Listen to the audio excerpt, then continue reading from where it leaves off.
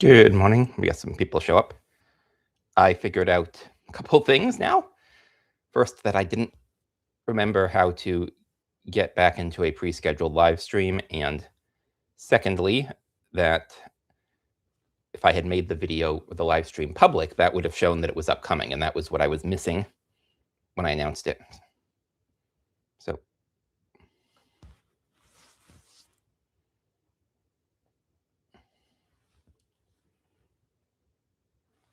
while I wait for people, I guess one person, two people, okay.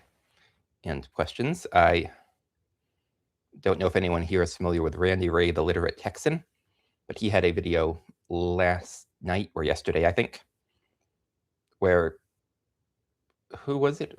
Ray Bradbury, I think, has a challenge to try to read one essay, one poem, and one short story every day for 1,000 days. And as an ADHD person, I'm like, no chance I'm doing that. But I did think, maybe I can do it for a week, maybe up to a month.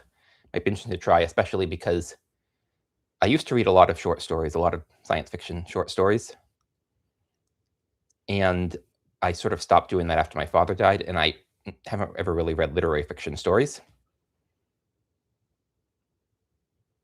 So I have this collection that I got sort of aspirationally, and I read one of those stories. Her most famous story is about a peacock, which is why it's on the cover, but I don't remember which one that was. So I ended up reading one about a 60-something-year-old teacher who needed to get a teaching license because the rules had changed, and her grandfather, who had fought in the Civil War and was 104 years old. And then I might make a video about this, I'll see. But sort of looking for something to talk about until I get questions, unless I get questions. And so Walter Benjamin, I've shown his collection Illuminations before. Oh, thank you. I will try to do more. Again, I don't know, probably not more than every 2 or 3 months, but I'll try to do this semi-regularly. And I'll try to do it at different times. I just wanted to do one close to Father's Day. Well, I am growing decently, although it seems to be basically, the pattern is I basically don't grow at all, and then I get one video that has relatively runaway success, and that sort of changes, we get a bunch of subscribers, and that changes the baseline for how many people watch my videos. So my first, thank you.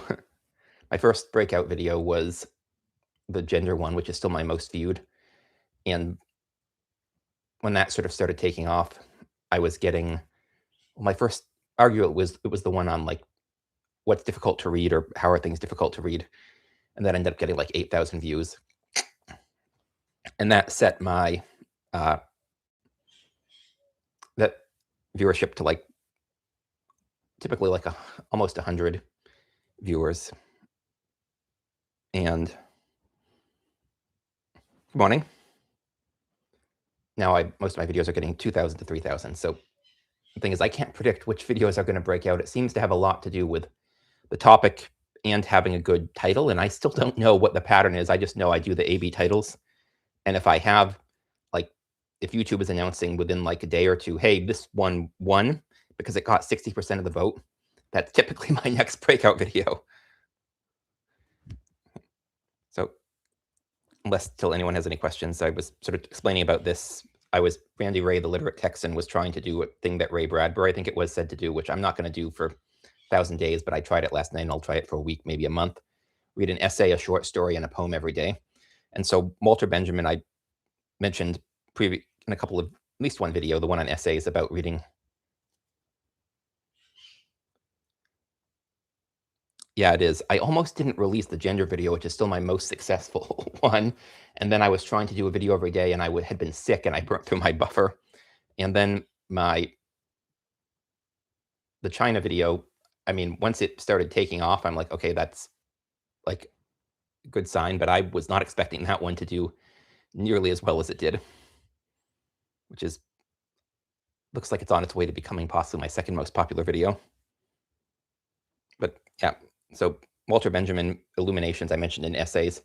And in the intro or conclusion to that book, it mentioned that from the original book, they hadn't included 2 essays because they would be unintelligible to English speakers without a whole bunch of footnotes. And one of them was on Karl Kraus. And it's because there's like nobody knows about Karl Kraus in the English speaking world. And I'm like, well, I know about Karl Kraus because I know about him because of Thomas Shaw's. But, and so I was going to read that. And then I realized it's 38 pages. And I saw Randy Ray's video late. And I was like, I don't feel like reading a 38-page essay tonight. So I'm going to do that tonight. Oh, I think I recognize you. Your name sounds, Daniel Staub sounds familiar. Danielle Staub? Is it Daniel E. Staub or Danielle? Anyway, sorry. You look familiar. So hi.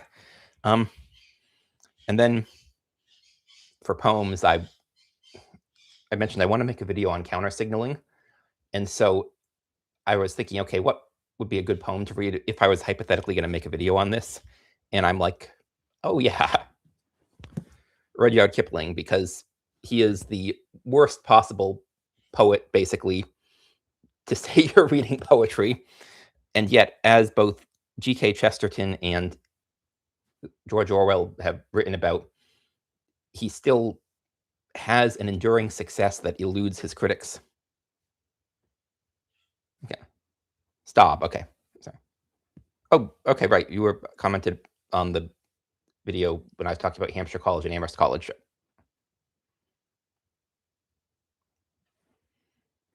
That was, I think, one of the last videos where I was reliably reading comments. Yeah, I would like to read comments. One thing I realized, I think, and there's a lot of things, but one thing I realized is like very positive comments, like people saying, you're one of my favorite channels. I end up feeling like there's nowhere to go there but down, right? Which is, and I've been thinking about that because like there are channels that my opinion has gotten lower, but they're generally not people who I really, really like. Like when it comes to YouTube, I can only think of one person who I really, really like, who I now have a low opinion of, but it still ends up feeling like, oh, how can I live up to that, right? One of the earliest comments I got was someone saying, hey, thank you for responding all to the comments, unlike those big YouTubers. And I'm like, well, I'm doing that because I'm a tiny channel and I'm not getting many comments. Like that's not going to scale, and I can see it's not going to scale. But oh, that's cool. Yeah, precisely. I was having a sort of argument with a friend about this the other day, and I want to make at least a video, possibly 2 or 3. I'm trying to decide how I want to break the topic up. Like, I want to talk more about the idea of perspectivism, which is, as I sort of understand it, as I try to apply it, is you can try to understand where other people are coming from. Indeed, you should try to understand where other people are coming from and what you would need to believe and assume to get there, assuming that other people have the same image of you roughly that you do of yourself, which is most of us, the vast majority of us, want to try to do good, like most of the time, but we have different conceptions of what is good. We have different conceptions of our actions. I mean, that's well-known phenomenon is most people, you do one thing and it's you have a good reason. Someone else does the same thing and it's because they're a selfish. I don't know if you can swear on live stream, so I won't. I know with the videos, like you can do it once or twice, and it's not a problem as long as it's not in the first 30 seconds. But yeah, one of the people I want to talk about, but I need to read more of him because I've only read one book so far, is Carl Schmitt, who, if you haven't heard of him, he was an unapologetic anti-Semite and supporter of the Nazi regime. But he was also a hugely important political theorist. And so now basically like everything he wrote is coming into print in English translations, typically with sort of apologia, sometimes with apologia at the front saying like, hey, yeah, he was, and you see the same thing with Heidegger, right? Is like, okay, only Heidegger he didn't really apologize for supporting the Nazi regime, but he wasn't like anti-Semitic, I don't think, whereas Schmitt was also anti-Semitic and never really changed his views on that. But his understanding of the nature of power has still been hugely influential. Oh, yeah, that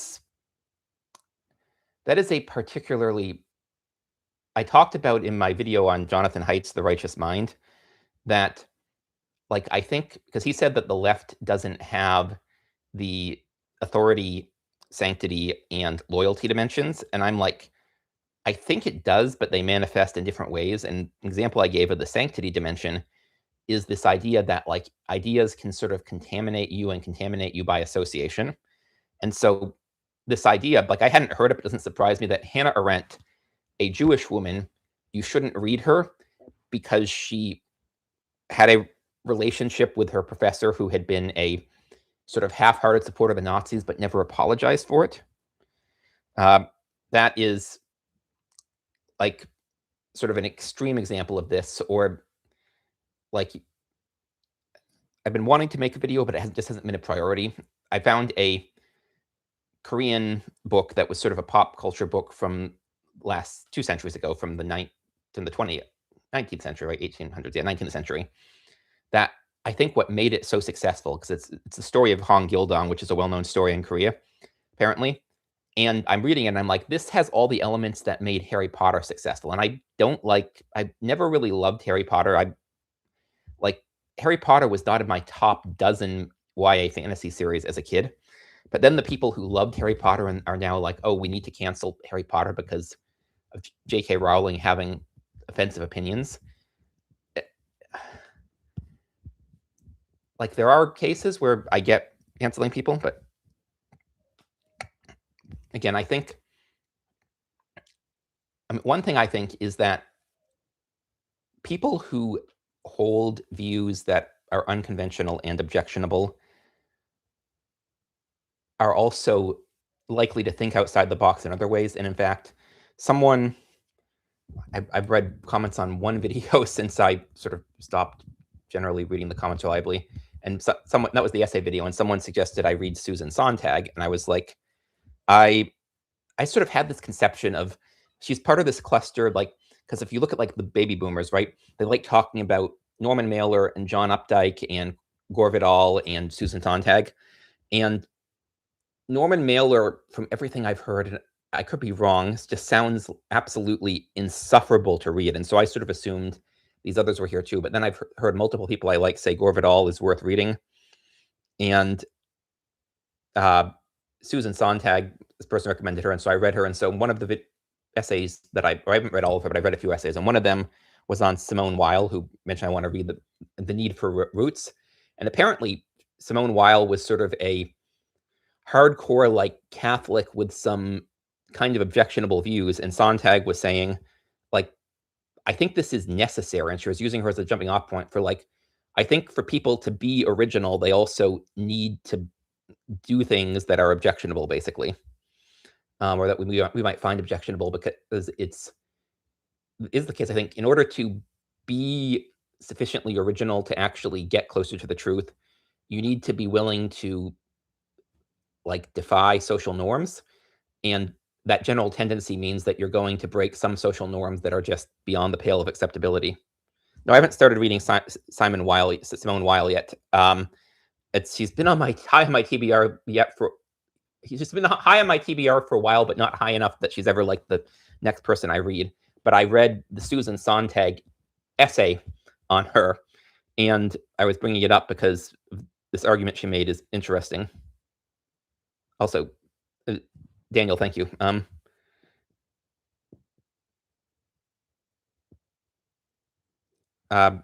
Feedback for planning my videos.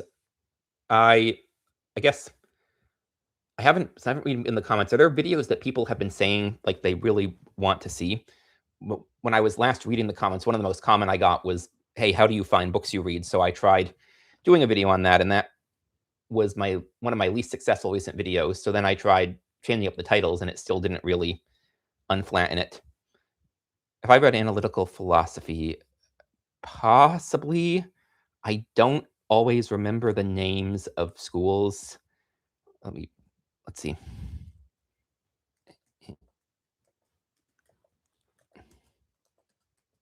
I recognize people. see, analytical philosophy.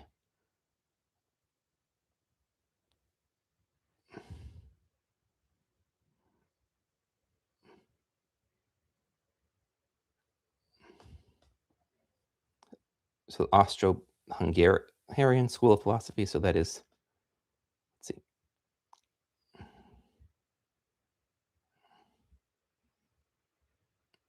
Okay, no, I have not read any analytical philosophy.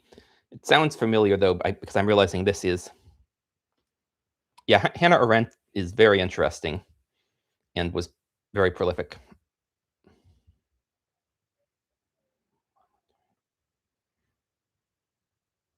I have an acquaintance who reads a lot of analytical philosophy, but I haven't read any of it yet.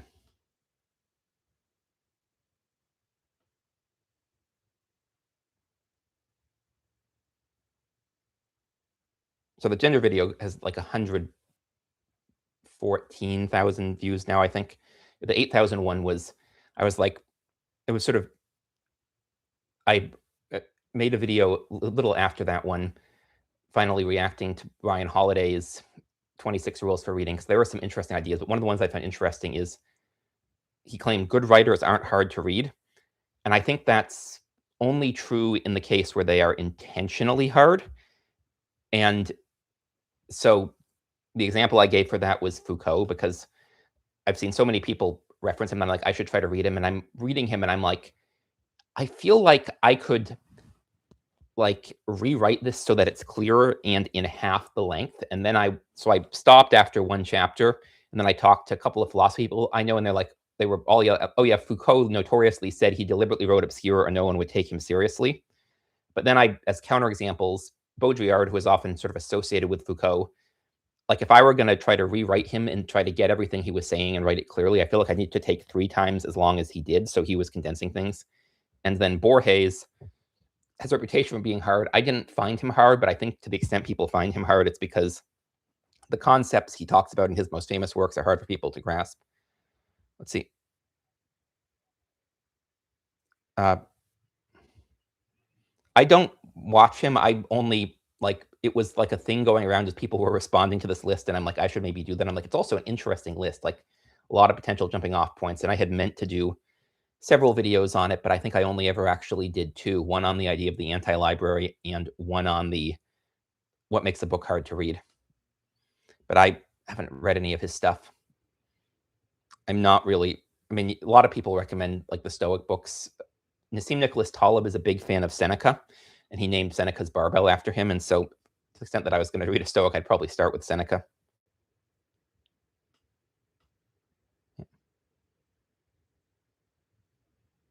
Yeah, but I mean, that's his thing, isn't it? Is he's like sort of a updating Stoicism for modern audiences thing, right?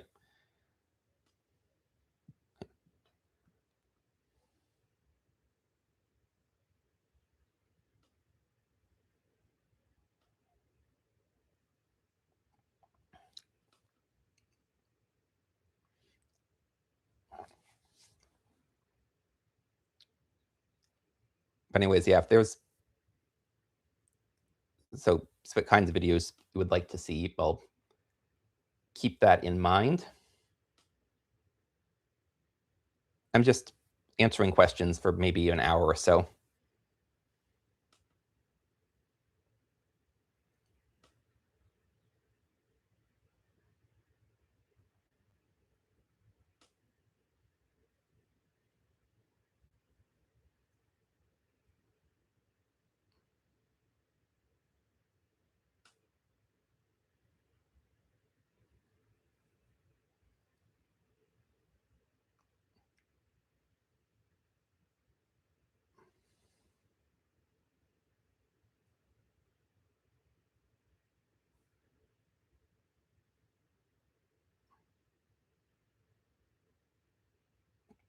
Yeah, I've tried different things, but the reason I did 11 books in the video yesterday was because, again, there was this common theme of these books really change sort of how I see the world. And if you saw the whole thing, like I was sort of developing a consistent thought throughout the gender video, it's the same thing. Sometimes getting to a place where I get takes many books. I mean, in this case, like basically I was sort of talking about what sort of started with questioning basically sort of assumptions about, okay, like weight is just like a psychological overeating issue, ended up sort of progressively leading down a rabbit hole where I am questioning, if not the very foundations of philosophical liberalism, at least how we interpret it. Because one thing I'm realizing is, like, older versions of philosophical liberalism don't have the same interpretation of individualism and equality and probably a rationalism or meliorism as sort of more modern ones. Oh yeah, Hampshire closing unfortunately isn't terribly surprising. Like when I was there, it was a constant issue that most of the funding was from tuition, and they knew that wasn't sustainable, and they were trying to grow the endowment. And I was actually there either the year or like year or two after Ralph Hexter became president. And the reason they brought him in is because he had been at some school in California really good at fundraising. But for some reason at Hampshire, he was not nearly as good as fundraising. And so he was fired like right like around the time I graduated, maybe a year or two after that. And they got someone else. He might have been. He was the classicist. He was the he, he made big news because he was, I think, the first openly gay president of any of the 5 colleges. But he was the other thing that people sort of, I remember people knowing him for, was that he was, when he was a professor, he was a classicist. But anyways, so Hampshire had the problem of, and most schools have this, like with managerialism, of having a bloated bureaucracy that really we couldn't afford. I don't think it's good for any schools to have them, but Hampshire we couldn't. And one thing I would notice is that Hampshire like didn't like firing teachers, and so they would promote bad teachers to administrative roles instead, which is, of course, if you're familiar with Scott Adams, the Dilbert principle, I'm like, okay, yeah, I can see that, because I saw that at Hampshire, where bad professors got promoted to administer, so they were no longer teaching students. And so you had this huge bloated administrative apparatus that was like, again, we couldn't afford, because Hampshire was trying to be like all the other schools. The other thing I think is Hampshire was very insular in a way that bothered me as a student there. Like even when I was a student, I was like, Hampshire sort of actively tried to keep other people, like just community members, out of the school in a way that possibly the other schools want to, but none of them really could. Maybe Mount Holyoke to a degree, but like Smith, I mean, Mount Holyoke's right in the middle of South Hadley, but it's a smaller town. But Smith is right in the middle of Northampton. Amherst is right in the middle of Amherst. UMass Amherst is huge, and also a state university, so it's harder to keep people out. Whereas Hampshire was very much sort of keeping outsiders out. And when I graduated, there had been people who had graduated who were coming to the academic paper reading group I was attending, and I was planning on attending it. And the woman who ran it said, "Hey, I'd like you to not come to this because I want it to just be for students." And I'm like, okay, but this one thing kind of makes me a lot less inclined to donate as an alumnus, even if I can, because it's, especially because, again, when I was starting coming, we had alumnus, and I thought that was a good thing. And so when the woman who ran well, she didn't run it, but she was, like, the group had some funding, and she ran the program that had funding. I'm like, okay, yeah, this is Hampshire being insular, and I don't think that helped.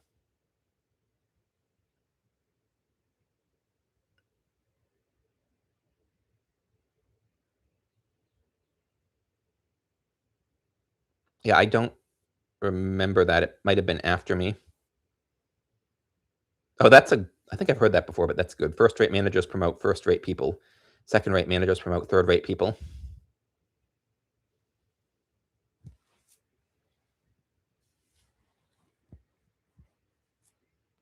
Hi.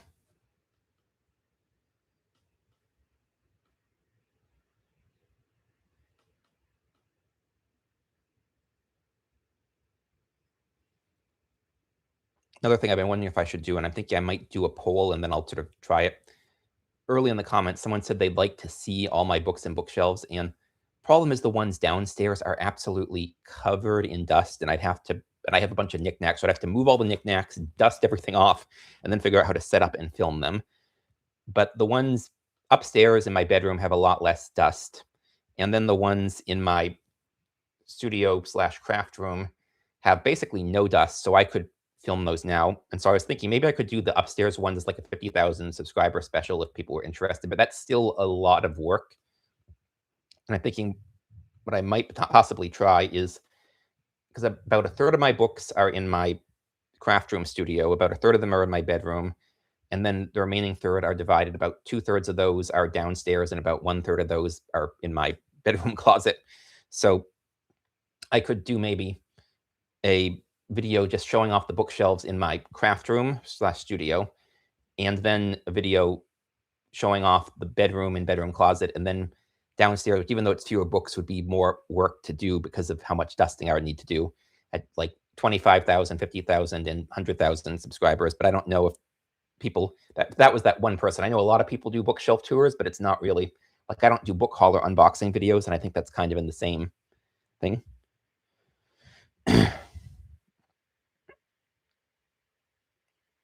Yeah, that sucks. I wonder if they gave up, because Hampshire almost closed like before COVID, and then Ken Burns got involved and did a fundraiser that rescued them.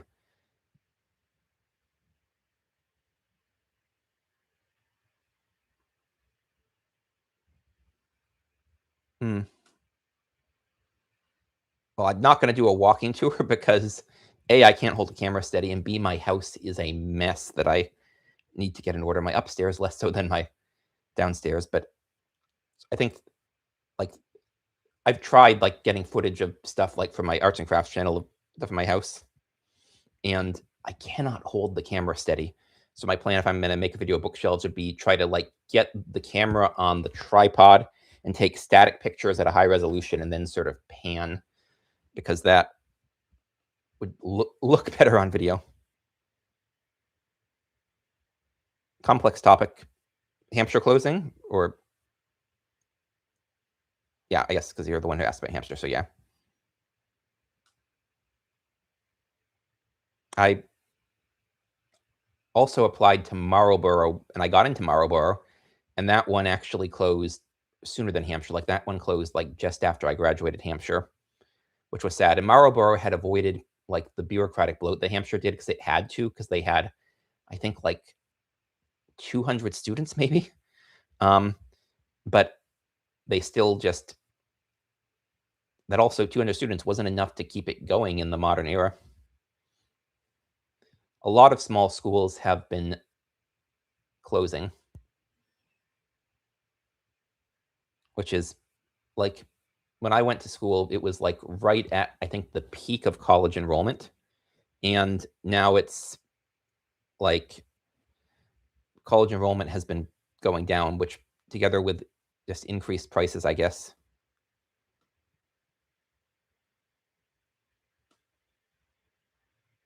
So I'm not actively looking for a wife and children, because basically I feel like, so I need to do a few things before I do that. Like, I need to be, I feel like, at the point where I have not just an income, but also like a career that is going to be anti-fragile.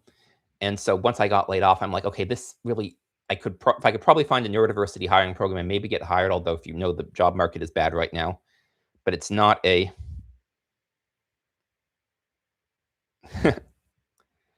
comment. Daniel commented, the title could be "Save the Books, It's an Earthquake." Anyway, sorry, what was I like looking for? So first thing, the most biggest thing I need to do for that, it is, I think, to sort of figure out my career, get that in order, which is why I'm trying to make self-employment work, which is going to be way harder in the short term in theory.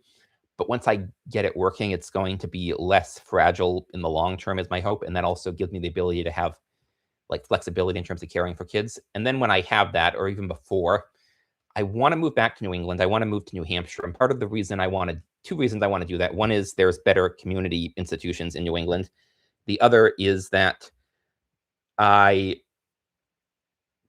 do like exercise, like actively, deliberately doing exercise, going out doing exercise is hard. And I'm not the only person who's noticed this, but having a lifestyle where you're just doing it naturally because you want to be outdoors is easy. And the problem is really, aside from maybe like Texas Hill Country and West Texas, there's no part of Texas that is really good for like getting outdoors and doing like outdoor sort of exercise. It's all pretty hot and humid.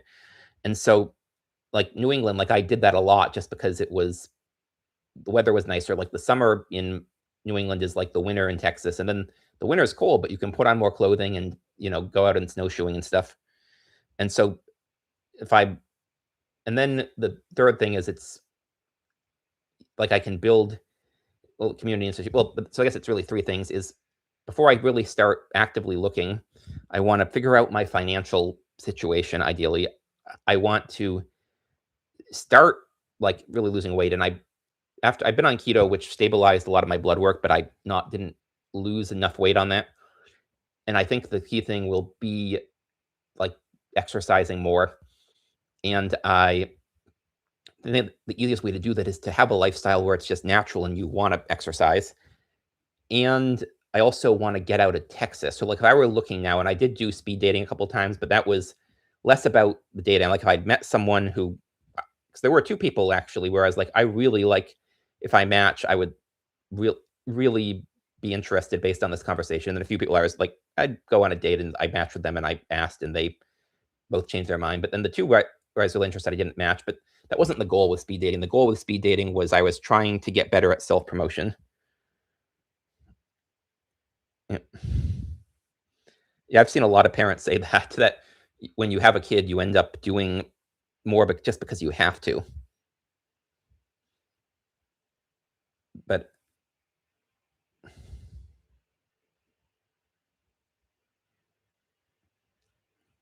I don't think I have.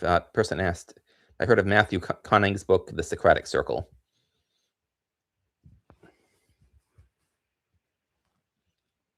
So walks, person suggested walks. My couple things. One is even when I lived in New England where the weather was nicer and the view was better, it was, well, it was nice talking. I didn't, it was hard to keep up if I didn't have a place to go. It was so much easier living in Turkey and Korea where stuff I wanted to go to was within walking distance. And the funny thing is, yeah, that's definitely a goal. um, I, yeah, I, right, walking. So it's like walking just for the sake of walking, even when the weather is nice and the environment is nice, is hard to do consistently. And so the discussions at Matthew Cunning's book club. Yeah, I'll look that up. I think I've mentioned in some of my earlier videos, my father was really into Buddhism, but when I was like early in my teen years, he had sort of a bro stoic interpretation of Buddhism that he tried to convince me of. And that sort of soured me on Buddhism. And I've been trying to overcome that, but I still, like a lot of people in the West, sort of treat Buddhism and Taoism as very similar. And I still feel like I feel like Buddhism, I feel like Taoism is about equally similar to Buddhism and Christianity. And like when I compare, but the thing is, Taoism is relatively underspecified compared to, well, Taoism has a huge canon, but it's not like canonical in the sense of you need to believe this. And so the sort of the Taoist works that like sort of elites tended to believe in were what was I were sort of underspecified compared to the at least what people have told me is sort of canonically Buddhist, and I don't really have as good a sense of that and what is canonically Christian. And so it ends up being the case that my understanding of what Buddhism predicts and my understanding of what Christianity predicts end up making predictions that are inconsistent with my understanding of reality. And Taoism avoids that because the books I'm looking at don't make predictions as much on the same topic. But I think that's part of the appeal of Taoism is that it is the great Taoist sages knew what not to make predictions on.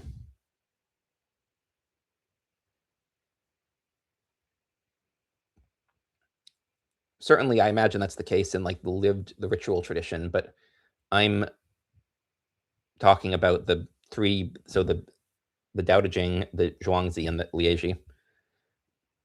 Anyways, I was answering a question about walks, right? And so it's hard to like just even when the weather's nice and the environment's nice, hard to consistently just walk for the sake of walking. And that was what made like living in Turkey, living in Korea like easier. And even living in a rural area, Massachusetts, it's funny, I could still walk to places for the purpose of going to the place, which really I could. There was a Dollar General I could walk to here. I could theoretically walk to Walgreens distance-wise. The problem is there is an unreliable sidewalk right around a major thoroughfare. And then the other thing is, like I mentioned after the dietary science, if I went and I looked into the meta studies on exercise science, because what I was always taught is that the best exercise to be doing is cardiovascular and generally frequent but low intensity, like walks, which is, and at least for weight loss, everything I found suggested that that's not the case, and that when it comes to weight loss, there are only two kinds of exercise that, well, it's not clear any exercise helps you lose weight, although, but what will help with weight maintenance are high intensity resistance training and building muscle and or the insulin sensitivity in muscle are sort of the two big things.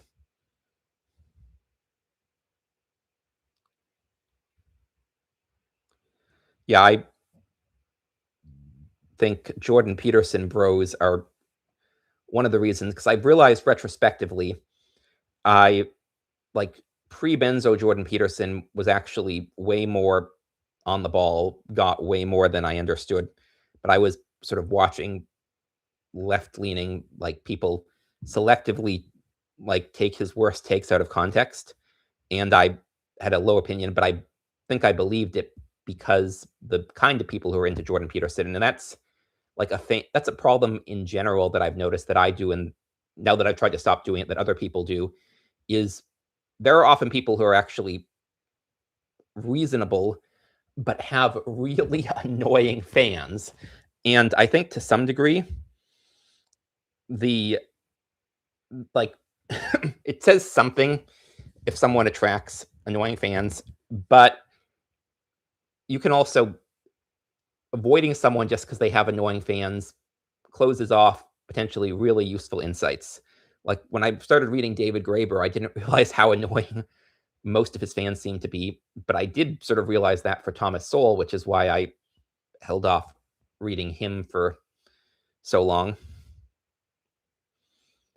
And Nassim Nicholas Taleb, like, yeah, I was just about to get to that because I heard a lot about the Black Swan and it seemed interesting, but I didn't read it because most of his fans were finance bros who took exactly the wrong message from it, where they took that the lesson that they took from it was that we need to develop better methods of risk detection for like these low probability, high impact versions of risk. And when I read the book, I'm like, this is literally the exact opposite of what he was saying. And so because annoying finance bros like were into Black Swan, I took me a long time to actually read it. And when I read it, I realized it's funny though. I'll Be on Seed by David Hackett Fisher was the opposite because,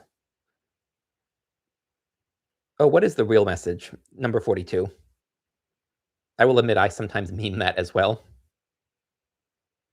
Like as a read, I don't like The Hitchhiker's Guide all that much, but it is an extremely memeable book.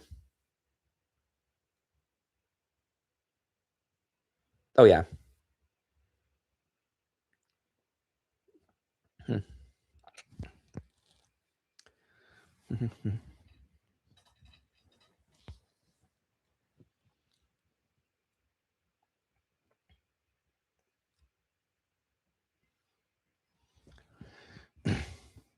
One of my most overlapped channels, like most consistently, there are really two channels that have been like consistently in my overlap basically from the start.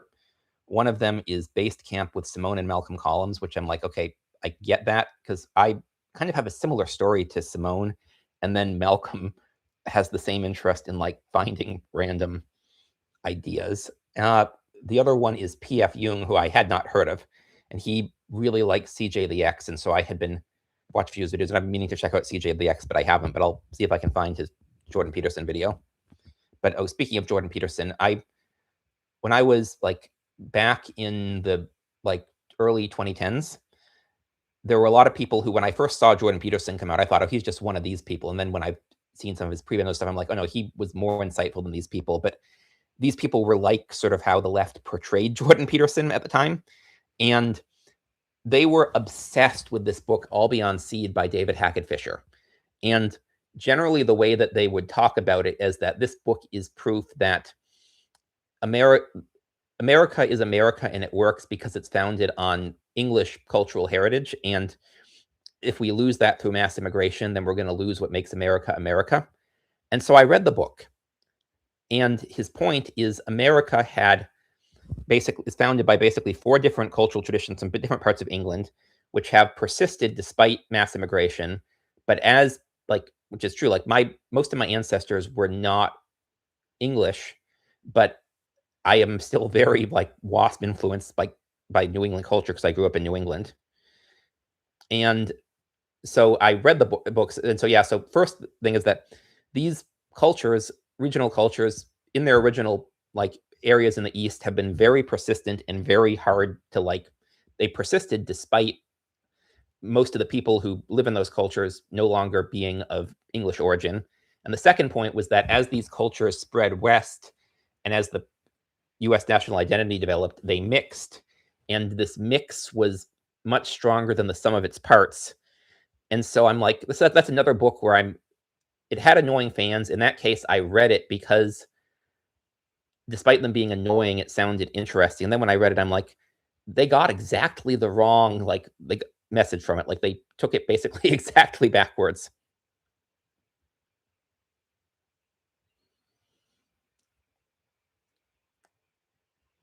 And it's funny, there are like a lot of people, like there's a channel that I used to watch because he was one of the few people who seemed to read Ballpark as much as I do. What If Alt Hist, Rudyard Lynch. And I only found a few somewhat interesting books from him because he's not very good at explaining, or even, I'm not sure he gets some of the books he reads. But anyways, he described David Hackett Fisher as a conservative, which is extremely funny because this was after he'd read Fairness and Freedom, where he makes very clear that he identifies as very much a liberal. And I read another book recently where someone referred to G.K. Chesterton as a reactionary, which is like, I've seen people think G.K. Chesterton is a conservative, which I kind of get because he's a liberal who yells at the world, hey, don't ignore human nature and the limitation of the world. But thinking so yeah, people get like weird interpretations of what people believe for some reason a lot of the time.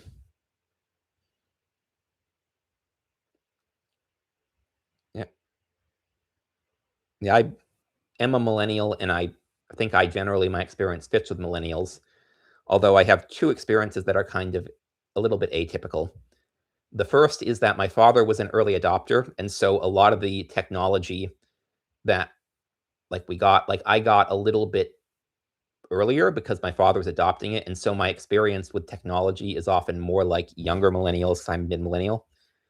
And then conversely, I grew up in rural New England, which was one of the last parts of the US that really had like strong civic organizations. And by the time I was like an adult, these were dying out even in rural New England. But I got to see what that looks like and know it's something that is worth wanting to preserve and rebuild. And there's still legacies, but it's not nearly as strong as when I was a kid.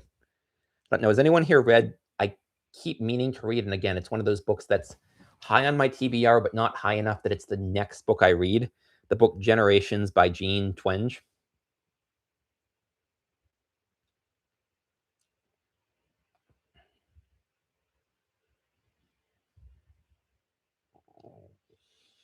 Yeah, I definitely mostly the boomer music, but most of the music that I listen to is very much either the music that my grandparents listened to, which is obviously not boomer, or the music that my parents listened to.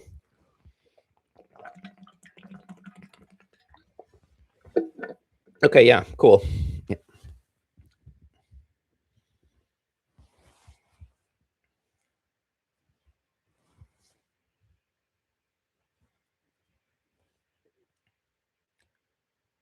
Oh, 20 to 90 days to change a habit.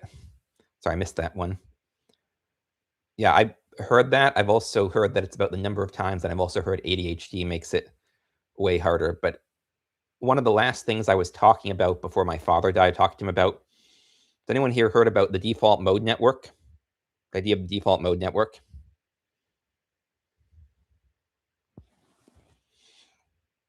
A little behind what?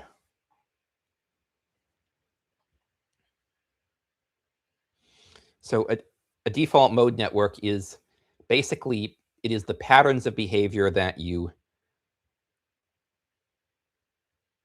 Oh, is that what that's about? Because I've been trying to change it, but I very much would not be willing to try psychedelics.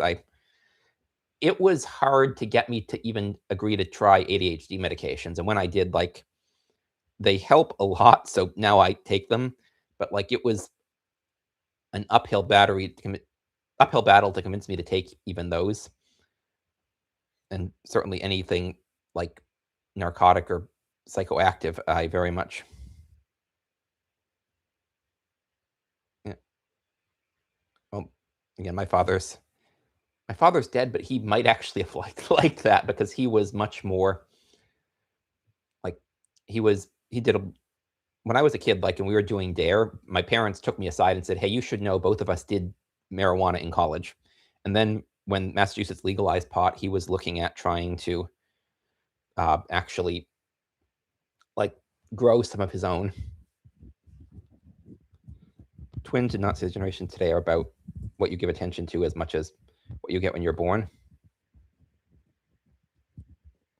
Yeah, I think it's true that, like, there's more differences between people's natural inclinations, abilities, and like family upbringing than that's a bigger impact on generations. But I do think there tend to be like common generational experiences. Like, it is millennials with technology. We, I think, are probably the most technologically literate generation that will ever exist, because we had the after us, technology became much more black box. Uh, yeah. Oh, meditation is an interesting topic, because I thought for a long time meditation didn't work for me, and then I listened to the Andrew Huberman podcast when I was doing TMS, the brain zappy thing that I talked about several years ago, and he was talking about two things. One is that his studies show that 3 minutes of meditation a day is enough to get you most of the benefits, and secondly, that people who are externally focused tend to do better than internally focused meditation, which is the meditation that you're typically taught in Western countries. And internally focused people tend to do better than externally focused meditation. And so I still have not read Schiller. I got some of his works, which was a little pricier than I wanted to pay, but I'm like, okay, it's out of print, so I should get my hands on this while it's affordable. But I haven't read him yet. Oh, interesting. I mean, we sort of had that with like my generation too, like with online communities. Like, we had a lot of these small forums and stuff. I think the biggest monoculture was probably 4chan, but like, I was never on 4chan, and most of the people I know weren't. And that was probably the biggest common experience. But anyways, where was I? What was I? I think I was answering something else, but I don't remember what it was. But I remember I was talking about default mode networks, which are basically, you have these ingrained, meditation, yes. And so um, after that, I realized I had been, I think, doing externally focused meditation by going to Quaker meeting. And I'm a lot better at doing this reliably in Austin than I am now, because Austin, I lived right down the street. And it also, most Quaker meeting houses I've been to have some like just informal, comfortable chairs. But the Houston, the Live Oak meeting was designed by a guy like as an art installation, and so they can't have comfortable chairs, so it's all pews, which is turns out not to be as big a factor as just the fact that it's a 35-minute drive on the highway, so I don't do it as much. But I had noticed certainly Austin had been extremely helpful, like going to Quaker meeting every week and sitting in silence and looking. I'm like, oh, this sounds like what he's describing as externally focused meditation. And then I also realized, like in here, like I'll sometimes sit on my deck and I'll just watch the birds. And that also sort of seems to be externally focused meditation. I mentioned that, and a friend of mine got really upset about that. We had a lengthy argument. She's like, no, real meditation is it's you close your eyes and you sit and you like follow these practices that I've been taught that didn't work. And I'm like, what you're doing might work for you, but don't call it meditation. Call it something else. And I'm like, okay, but the way Huberman's describing it, it is meditation, and it does seem to work. But anyways, the default mode network is you have sort of ingrained habits and ways of thinking. And I've been thinking about that in terms of a couple of things. So one is there was this video on Veritasium had on a thought experiment where you can either, there's a AI that is extremely good at predicting what people will do, and it offers you two boxes. And so you can either pick the box. And so one of the boxes has $1,000, and one of the boxes has $1 million, but only if it predicts that you will only take the mystery box that has either $1 million or nothing. And so do you take the do you take the mystery box, or do you take both boxes? And there's two schools of thought on that. And so one says, well, it's already predicted what you're going to do, so just take the extra $1,000. And the other one says, no, just take the mystery box. And I'm very much in that second school, because it's fundamentally, I think, having the habits of doing that. And especially because like the $1,000 is nice, $1 million is life changing, right? It might be like if it was much closer, there's some closer amount of money, right? Like if the other box had $500,000, there's no question I would take that over the mystery box, or take both of them, but knowing I'll just get $500,000 because a bird in the hand, right? Actually, I don't know if there's no question. Another thing I've been thinking about is like I have figured out accidentally like a number of ways that I could basically sort of get free stuff from Amazon, defraud Amazon slightly. And I've seen people talk about doing that. And so there's people that argue, well, other people are doing it. You know how to do it. You might as well do that too. And they're a big corporation. I'm like, okay, but then I'm having to sort of change my default behavior to think about how do I get the most that I can out of Amazon, even if it requires dishonesty. And I don't want to do that. And so the default no, so those are things where it's established where I'm doing basically the high trust society thing, right? But there's other habits where my default mode is not good. Like I mentioned in my last video, a binge eating disorder, which short version of that is my mother was extremely controlling about food. And so that changed my default eating habits. And so I've worked to mostly change that back, but not entirely. And likewise, like making these videos reliably required changes in my default habits. And one thing is like people ask how I read as much. And I've said in at least one of my videos, the thing that makes it easier is that reading is my default. And so to the extent that I clear other stuff out of my schedule, I'm going to read more. And that's probably because like reading was something that I started doing at a pretty young age. So let's see. So meditation.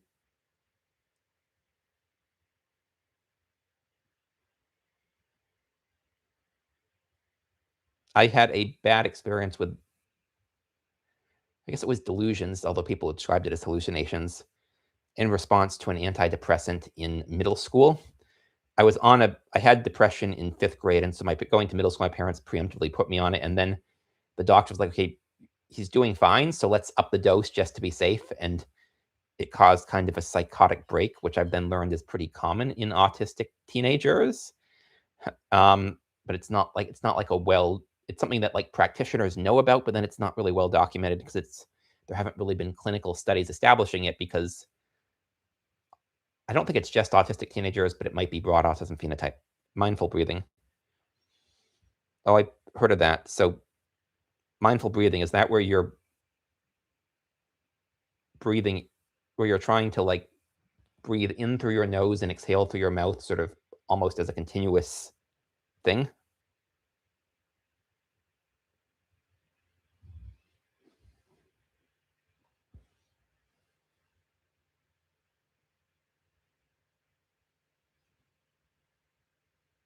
Oh, box breathing. Okay, that one, is that the one where it's, I've heard of that. I forget what it is.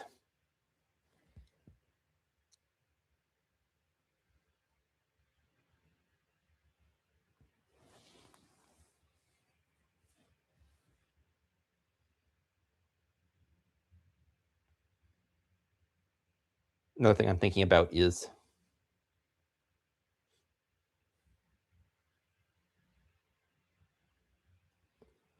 comic books. Not a lot. I read when I was young adult. Oh, Krishnamurti, interesting. So I don't know anyone here listens to Warren Zevon, but one of his songs, I forget which one it is. Oh, My Baby is a Basket Case, right? He says, Krishnamurti says he'll set you free. Just write a check and make it out to me.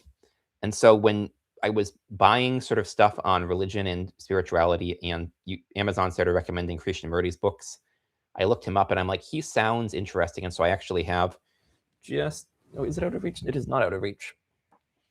I got this book like over a year ago and I was trying to read it and I didn't keep it up.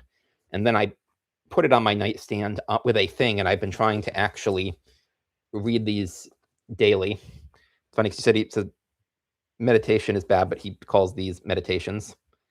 And I don't know necessarily how useful they are, but it's definitely not pseudo profundity, at least.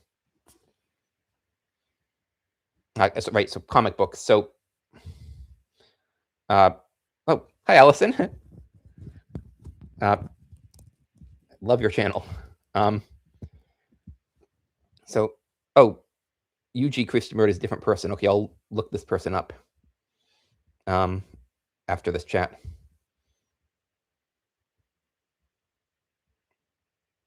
Yes, so comic books.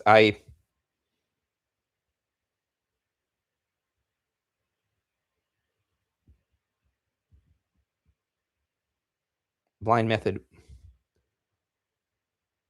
without the correct intention. I'll look him up. Right, so comic books. So I read when I was in like undergrad, young adulthood, a number of sort of critically acclaimed graphic novels. So I read Persepolis, I read Mouse, I read Marzi. There may have been others. Those are the three that I definitely remember I read. Oh, right, Aquariums of Pyongyang. But these were all, sort of life biography graphic novels. And my father was always trying to get me into comics and graphic novels. Like when I was a kid, like sort of late childhood, like early puberty, I was really into Greek mythology. And so my father tried really hard to get me into superhero comics, trying to tell me superheroes are like modern Greek mythology. And I was like, no, I like Greek mythology. I don't like superheroes. And I wasn't into that. And then when I started reading these slice of life comics, my father tried to get me to read Harvey Picar's American Splendor, and I'm like, this seems just bleak and unpleasant.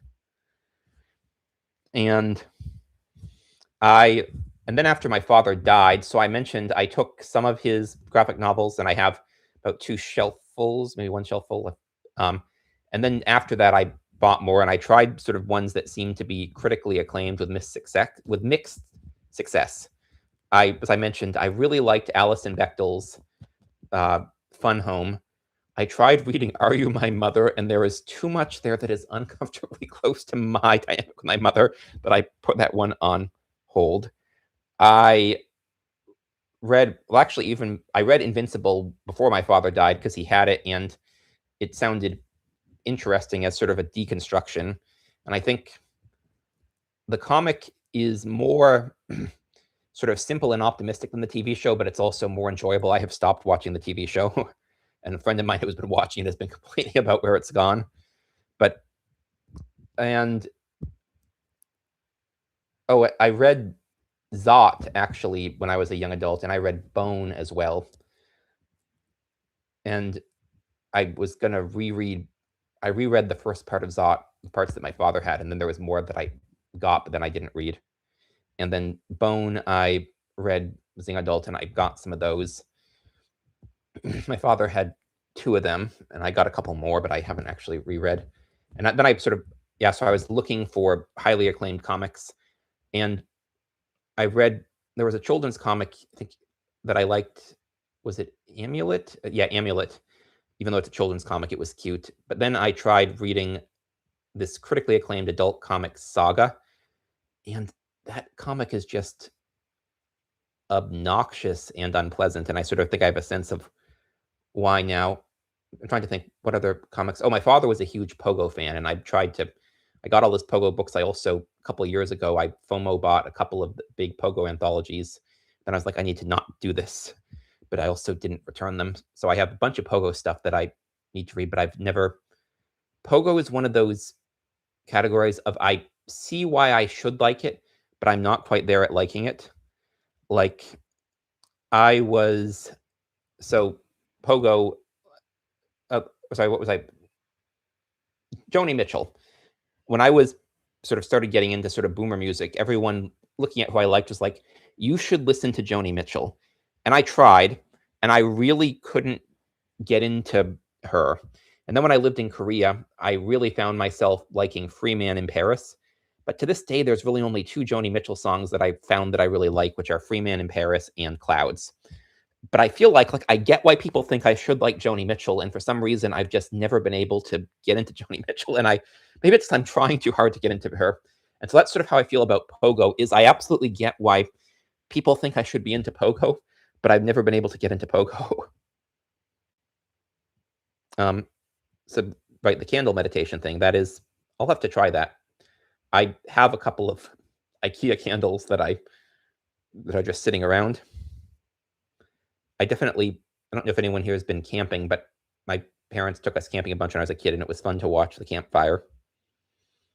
Which I think is why a lot of houses have like fake fireplaces now where there's like an LED screen with the fire, but I'm like, that's not the same thing. I don't know. Has anyone here read Baudrillard, Simulation and Simulacra?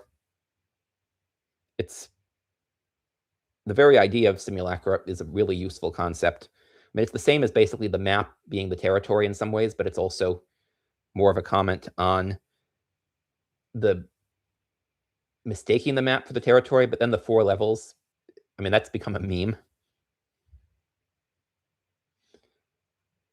And so things like the LED fireplace fire, like that's a simulacra that it doesn't work for me. And I've noticed that's often seems to be the case for me, is like simulacra that work for a lot of people don't work as well for me.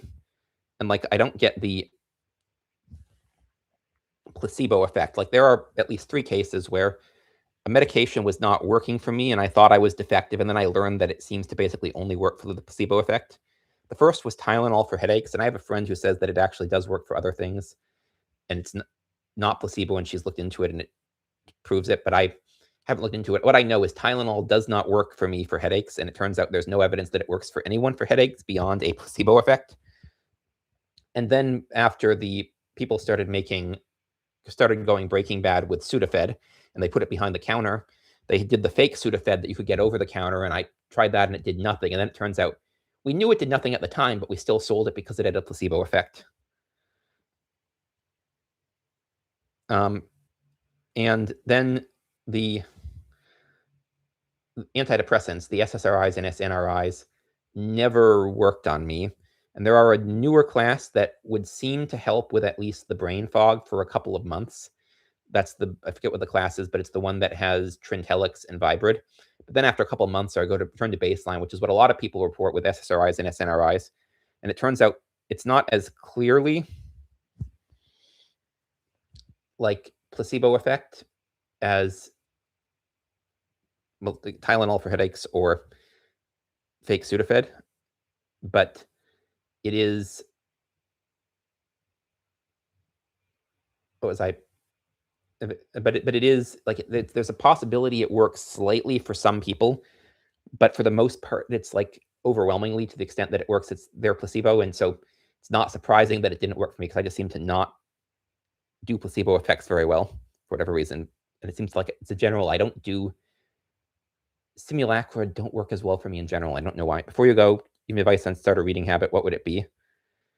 I think if I could say there was one biggest thing, it would be have either a place or a time place context where you don't do anything with screens. And so for me, like now I have a full house. And so my main reading place is out on my deck in the daytime. I'll read up in my bedroom at night, but I don't generally use screens in my bed. And certainly I don't use screens in my bed at night. And I can, like when I'm letting videos export, I can read like briefly, like on my downstairs. It's like a day bed, but I use it as a couch. Is but not like extended. Like it is much easier to read if it's in a context that you do not associate with using screens. Isn't aspirin an NSAID? And so for me at least, that is I think the biggest thing. And when I talk to people who say they used to read and don't read anymore, and I ask them, like, they are always reading in places that they're using screens and using screens at the same time of day. And I think that psychologically, because screens are addictive, your brain is like constantly reaching for the screen if you are in the time place context. And so I would try to not do that. I made a video where I came up with 3 rules of reading for March 3rd, and that was one of them, and the other 2 were: don't force yourself to read books because you think you should, and yeah, you too, take it easy, good luck. And try to find books that you actually like the discourse around people reading. Mostly it's around women reading romantasy now, but it's in the past it's been on other sort of basic books. Like, even if it's kind of trash, it's a starting point, and some people never go beyond that. Like, I knew people, I don't know if they did, but certainly in high school, like a lot of the autistic people I knew, to the extent they read, they basically just read, if they were weebs, they read like manga. And if they were not, then they basically read like Star Wars novelizations, and that was it. Or, I mean, a lot of them would read Tolkien too, but it was like Tolkien and Star Wars novelizations. And I don't know if they got beyond that now, because even as a kid, I was reading way wider than a lot of people. And then I sort of narrowed, like when I was in adulthood. What genres do you plan on? So I'm sort of not so much thinking about genres as I'm thinking about themes. And there is an element of, but it's also kind of deliberate audience capture. I'm trying to figure out, what do people seem interested in?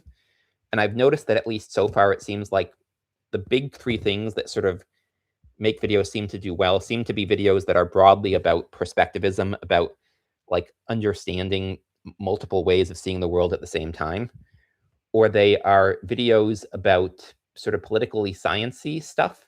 And I overlap with like a number of channels that talk about elite theory a lot. I talk about that a little bit, and I should maybe talk about that more. And then the videos that are sort of like self-help, but like not derived from self-help books. And so those 3 categories at least seem to be sort of the ones that do best. And so I try to do more stuff that feels like it's in that general vein. Right now, I've been reading a lot of books that are either questioning their sort of history ideas of books. So either questions of like the epistemology and like the history of science and knowing, or books that are sort of questioning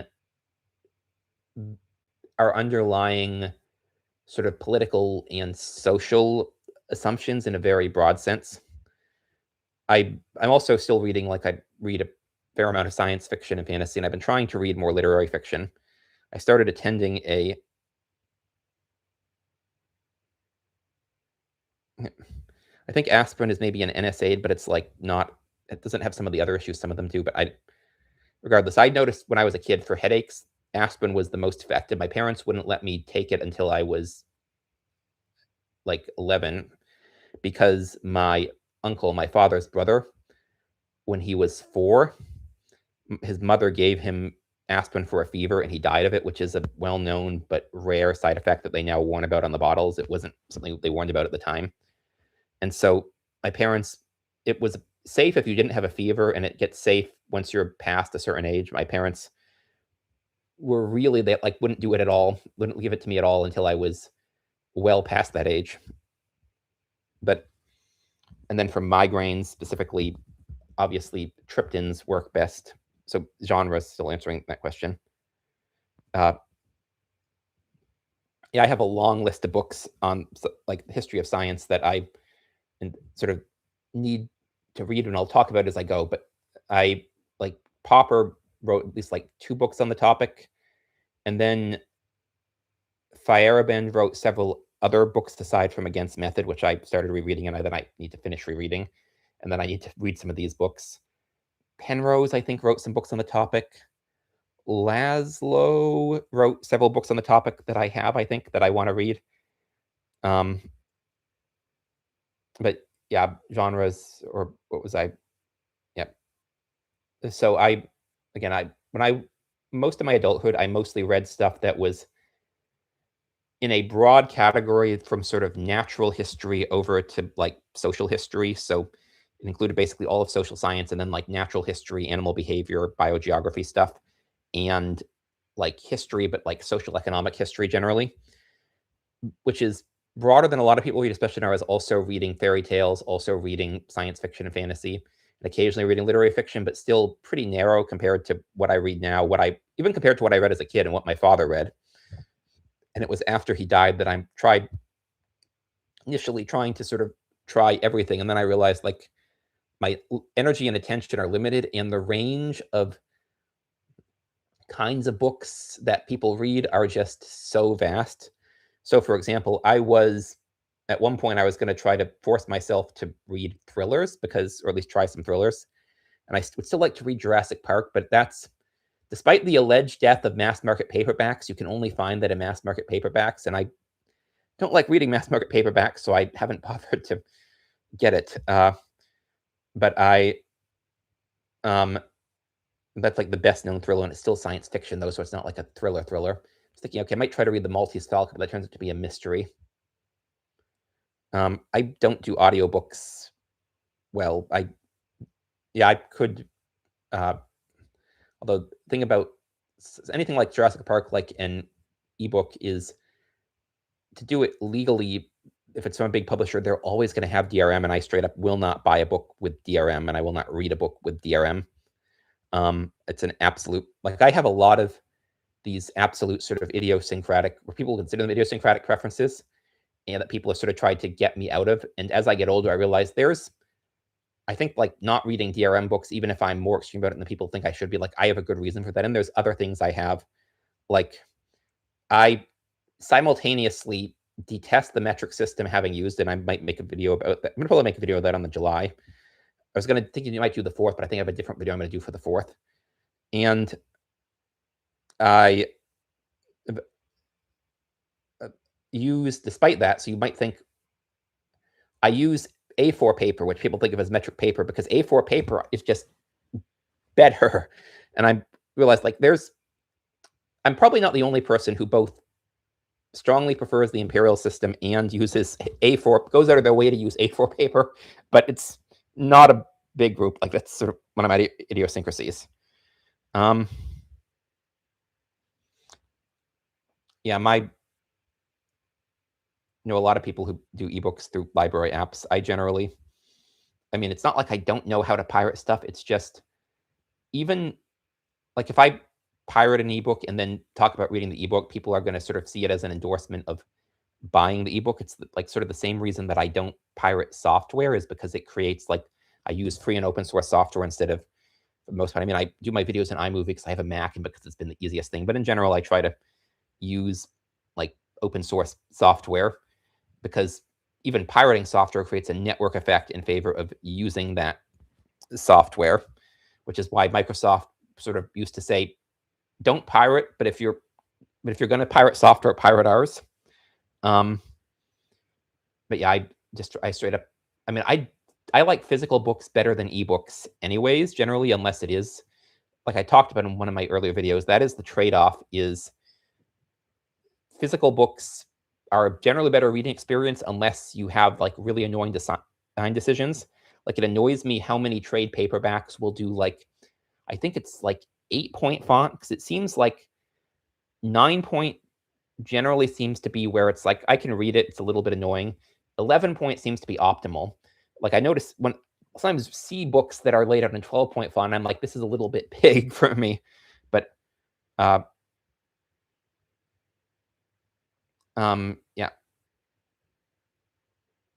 Yeah, and so ebooks solve that problem, but they have the, even if you don't have DRM, because I obviously, a lot of like science fiction, especially independent publishers, will do DRM-free ebooks, and then Project Gutenberg, obviously, like anything public domain is DRM-free.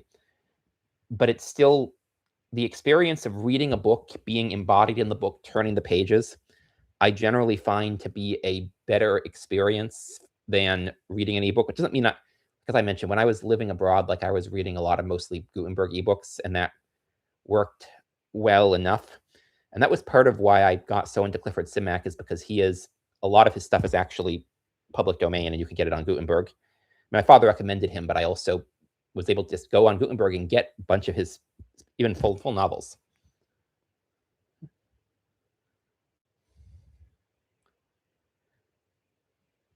So honestly, your channel is one of the top ones, and I've done a couple of videos that have been inspired by things you've done. And I actually think I'm going to do a post on this, but aside from your channel, there's Randy Ray has inspired me a lot. Library of the Viking, I think, I don't think maybe they just specifically respond to stuff he did, but that's sort of done interesting things. So this was Allison Talks Books, who was asking, do I have any channels that inspired me? And like in terms of channels that seem like they're sort of trying to answer the kind of questions I am, there are others that are not booktube channels that are sort of doing that. So like one person who keeps overlapping with me a lot is Gabriel Torch, although she's more focused on AI, but talks about a lot of those same things. Or let's see, who else? Now I'm blanking. Yeah, like I know a lot of people who I see overlapping, but in terms of typically booktube channels, well, I actually didn't ask about specifically booktube channels, but I'll start there because I'm going to probably make a blog post on this. So yeah, your channel, Randy Ray, Library of a Viking. There's, let's see, who else? Topher's Library. He does more conventional list videos, but like I borrowed, I think, some of the things that he's done, or I've taken ideas, not so much about topics from him that I borrowed as like presentation style. Like I've sort of tried to emulate that. And let's see, who else? Bookborn has made a few videos that have sort of given me some to chew on. Shelley, I mentioned my video on you should buy books you don't read. That video sort of inspired that. There are the two booktube channels.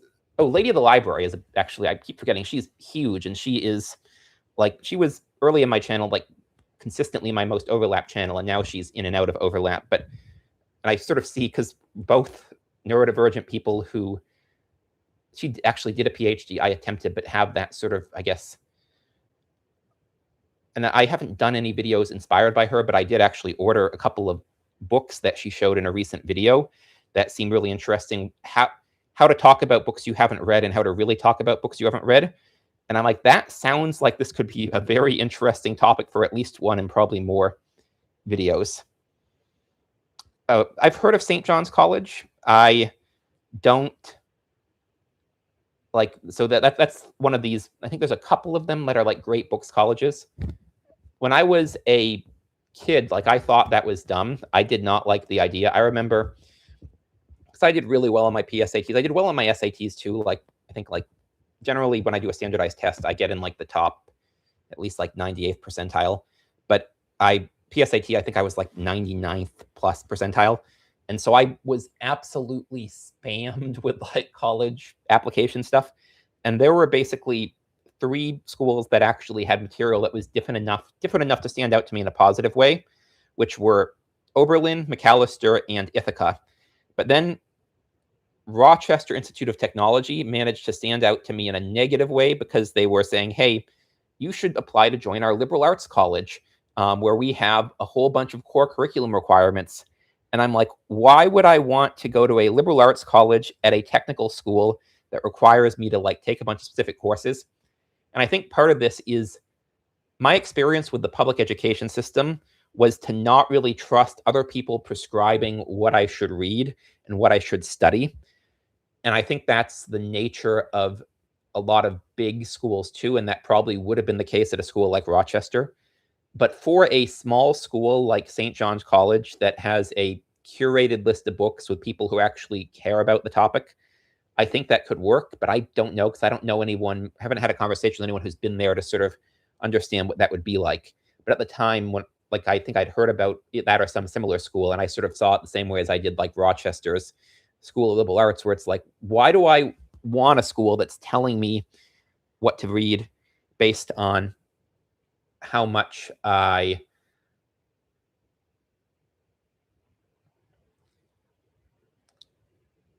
read? Why do I want a school that's telling me what I should read based on like other people's things, sort of questioning it based on my own experience as a kid, where like my constant experience has been I am just incredibly weird, and people don't recognize how weird I am and want to put me in boxes that don't fit. Nassim Nicholas Taleb likes to talk about the bed of Procrustes, which is, or bed of Procrustes, I think it is pronounced, which is, if you don't know, that's a Greek legend where there was a innkeeper he had this bed, and he would, if someone was too short, it would become a rack, and he would stretch them out until they fit, which would kill them. And if they were too tall, he would chop off their heads. And so he was one of the people Hercules had to fight. And so Nassim Nicholas Taleb uses this analogy of a Procrustean bed. And I feel like I've had like a lot of people always want to put me in boxes that end up not fitting. And so I've ended up with a great distrust of people having prescriptive ideas about this is how you should do, or you're X and you should do this.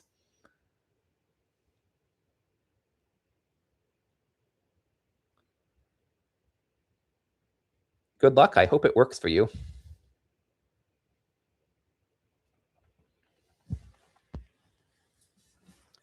Also, I'll just mention, someone was mentioning that they use LibriVox, which is the audio project Gutenberg. So if you do audiobooks and you're interested in public domain, I think I've heard of it, but I never really thought about it, so I'm mentioning it now.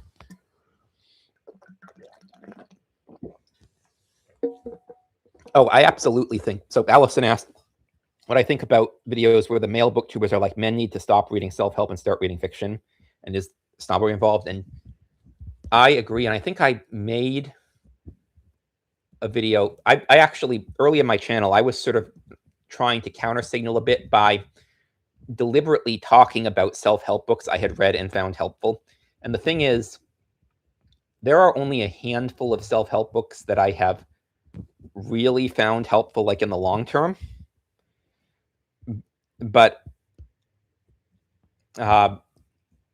I was sort of over promoting self-help, almost trying to talk about it more as sort of a counter signal to that, because I think you can learn from fiction.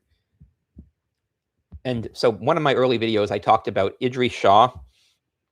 He describes there's three kinds of books. So there's, and I forget exactly how he describes them, but one of them is basically escapism. So that's sort of fiction, although also certain kinds of nonfiction can be that. Like famously, or not famously, but I remember being shocked to learn George W. Bush, according to Karl Rove, generally read at least 80 books a year, which, if you know Bush's reputation, is surprising. Doesn't come across as a reader. But according to Karl Rove, they were basically all books on historical figures who were misunderstood and criticized at the time and then vindicated.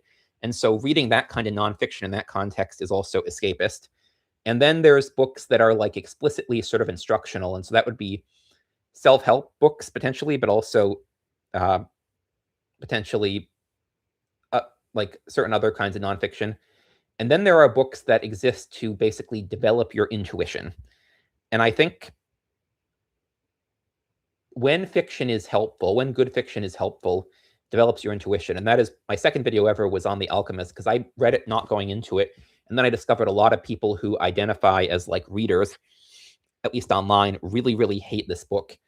And I think I've described it as a getting out of my own head book. And there's a category of fiction that I think is useful for that. And then there's fiction that sort of makes you think and feel. So there is value in fiction, but I agree it is snobbish. And I actually was like, I didn't read self-help books until after my father died, really. He tried to get me to read 5 of them, and I read 3 of them, the ones they recommended. And then aside from that, I didn't read self-help at all until he died. And then I'm like, I mean, he seems to have genuinely, when I think about it, actually improved his life and lived his best life.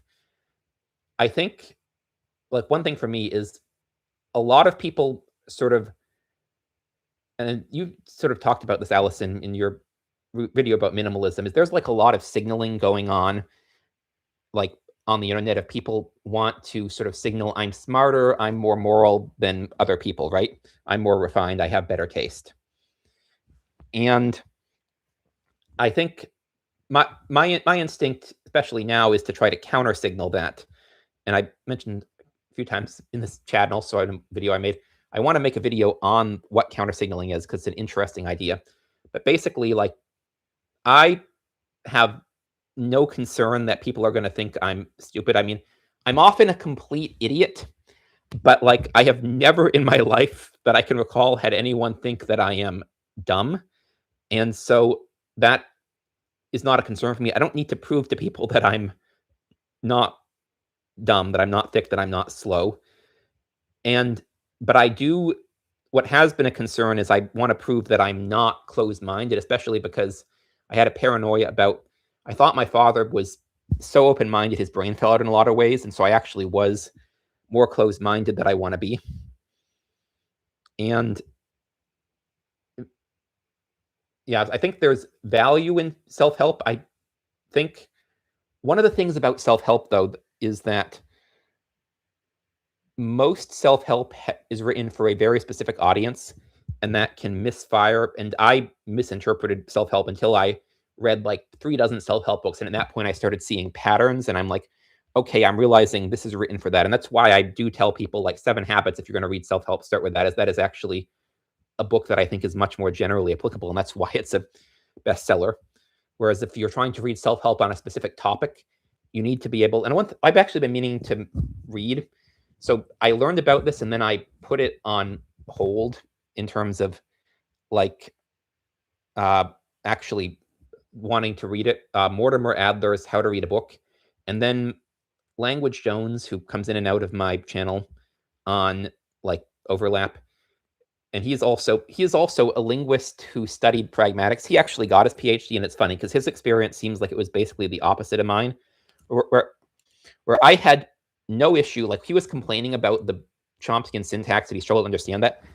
I had no trouble understanding that. And in fact, I have stories about, I apparently understood it unusually well and had multiple teachers comment on that. But my issue came in other aspects of being able to perform for academic culture. But anyways, sorry, this is off topic. So Language Jones, so he was talking about how to read a book changes life. And I'm realizing, like, there are a lot of books that I know the general idea and I think I get it. And then when I read it, it changes me. So I'm like, I need to read that. And I have a couple of shelves of books that I should read soon to remind myself. And that's on one of those shelves, is to read that. And why was I talking about that's right? Because self-help books. So one of the things that I know he talks about in this book is understanding what a book is for and who it is for. And I'm realizing with self-help books, with answering specific questions, you need to figure out who the book is for. And yeah, The Alchemist is, in some ways, it is sort of a philosophical self-help, but it's designed to act on the intuition. In contrast, a book that has some overlap with The Alchemist that I've tried to read is called The Celestine Prophecy, and I got a third of the way into it, and it's possible the advice in this book is good, but the writing is so incredibly tedious. Anyway, okay, so more questions. So, why are specialists in books extremely smart? And specialists in podcasts and videos are idiots. So, I wonder, obviously, like I am a lot less articulate, you can see like live than I am being able to edit myself. And so I wonder if some of it is with podcasts. There's a lot of, I don't watch a lot of podcasts, and the only podcast that I've really listened to was again Huberman, because when I was doing the Brain Zappy, the TMS, and I listened to a bunch of those. But that's sort of kind of scripted, and that's just him. And so in terms of interviews, I think there's just a natural redundancy, but I honestly don't know the answer, because I'm not sure I understand the premise of specialists in books being smart, specialists in podcasts and videos are idiots. Or maybe I'm misunderstanding the question. Oh, I'm working on a theory of everything, but I don't have one yet. That was actually, I have a friend, and I forget what the context was, but I was joking. When I die, I have 2 goals for after I die. And one of them is that I want like the first sentence of my Wikipedia article to describe me as a polymath. And my friend said, I'll edit your Wikipedia article to say you're a polymath after you die, but you need to develop a theory of everything. And I'm like, oh, I'm actually sort of trying to, but at the same time, it's not like I'm going to try to promote like a theory of everything, but I am trying to sort of understand the world. And I feel like basically Taoism already kind of is a coherent theory of everything.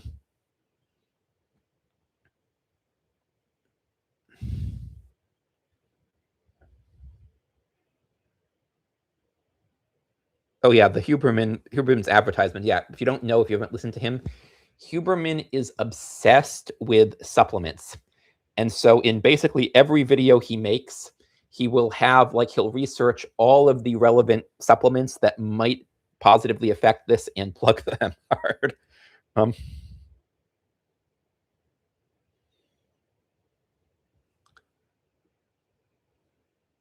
Maybe. Has anyone here read David Bohm? Specifically, Wholeness in the Implicate Order?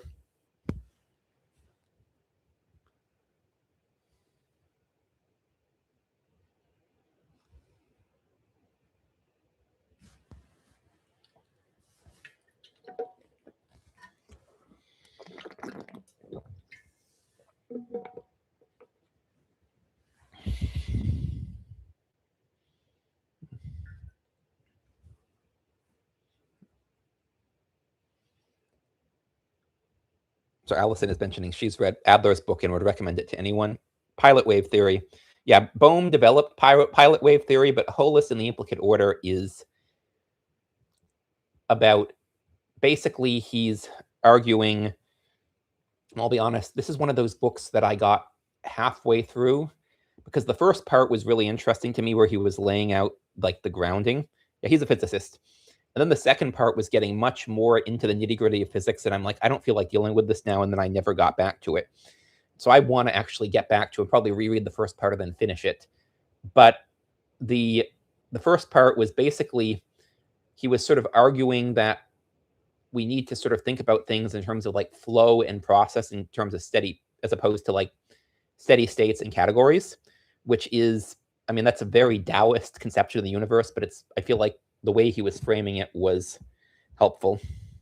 And I want to actually get back to reread the first part and then actually power through the physics part of it.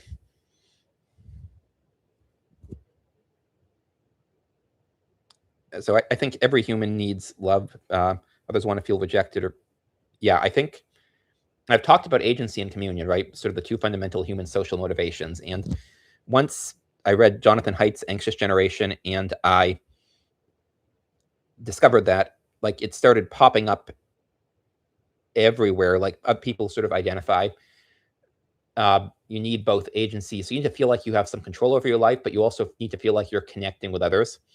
And I think there are people who can do communion without really communing with other people. Like I think about Thoreau and Walden, although it's one of those books that I know by reputation, but I haven't read. And this is why I want to read these 2 books that Lady of the Library recommended on, or didn't recommend, she bought, How to Talk About Books You Haven't Read and How to Actually Talk About Books You Haven't Read.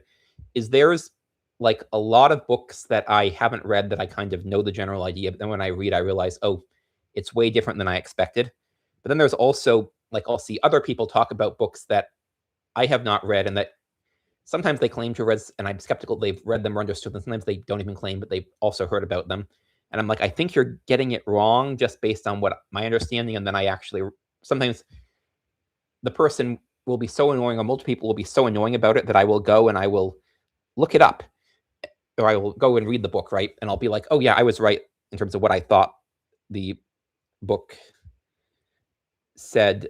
But anyway, so right, this is digression. So Walden I was talking about. And so like Thoreau was able to sort of connect with Walden, or William James talks about some great Catholic mystic, I think Catherine of Siena, is that right? Does anyone here know Catholicism? There was a really famous Catholic mystic woman, and basically her communion for her was communion with God, and that was just her whole life. Was she was constantly in communion with God and basically barely interacted with the material world.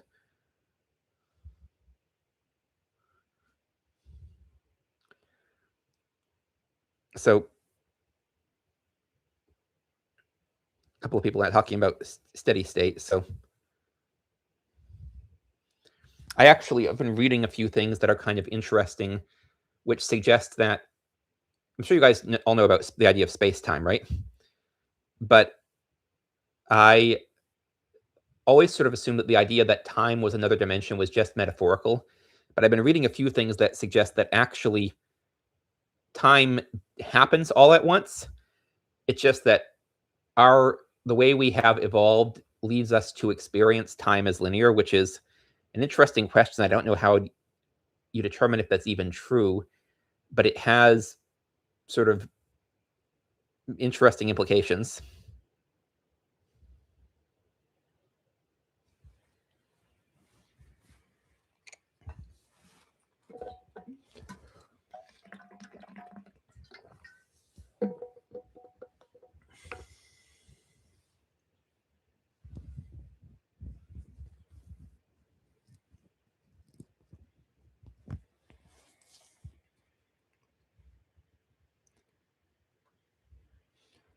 I think there is a downside, actually. So this person is saying there's no downside to reading books you don't agree with. I think there is a downside to reading books you don't agree with if you are not prepared to sort of accept the premises that this person could be right and try to understand why they think they're right on their own terms. And I can think of a lot of cases where sometimes books, sometimes other areas, I basically solidified, dug my heels in, like trying to engage with ideas that I disagreed with without being ready to accept that they could be true, led to me misinterpreting those ideas, becoming convinced that the people promoting them were idiots. And then it took me or that the ideas were incoherent. And then it took me much longer to actually unpack that than if I hadn't tried to do it. This is a video I've been wanting to make almost since not since the start of the channel, but since like the start of the year when I started uploading regularly, is on how do you read books you disagree with? Because that is something that it has taken me a long time to actually figure out how to do. Or how do you read them without and get the benefit out of them, rather than misinterpreting them and digging your heels and being worse off than if you hadn't read them. Well, yeah, I agree. Reading only what you agree with keeps you trapped in the echo chamber, and that's something that's fascinating to me, because I have never been someone who's only tried to read stuff I agree with. And so it is fascinating to me to realize there are people who only read, or honestly, more often these people these days, they'll like watch or listen to content that they agree with and think that vindicates them. And it's like, how? Like, if you're only reading stuff you agree with, you don't understand the other side. How do you're starting from the premise you're right. And I think the answer that I've talked about spiral dynamics is because I remember being spiral dynamics blue, at least in terms of epistemology, and I think I stopped around age of 16. I think that's fundamentally spiral dynamics blue, is you're starting with sort of a sense that I know the inner truth because I have the sense of what's true, and then I see these things according with it. And so obviously I know it's true and I just need to prove it's true, and then shift to Orange, which is scientific thinking, is when you start to think, oh, I need to actually start challenging myself. Even in blue, though, I was trying to challenge myself. Like, I just was very bad at it because I tended to misunderstand the straw man. And orange, too. It really took, and honestly, it took until yellow. But so I think the thing for me that worked is reading stuff that I either respected the person saying it, or the disagreement was on the same base.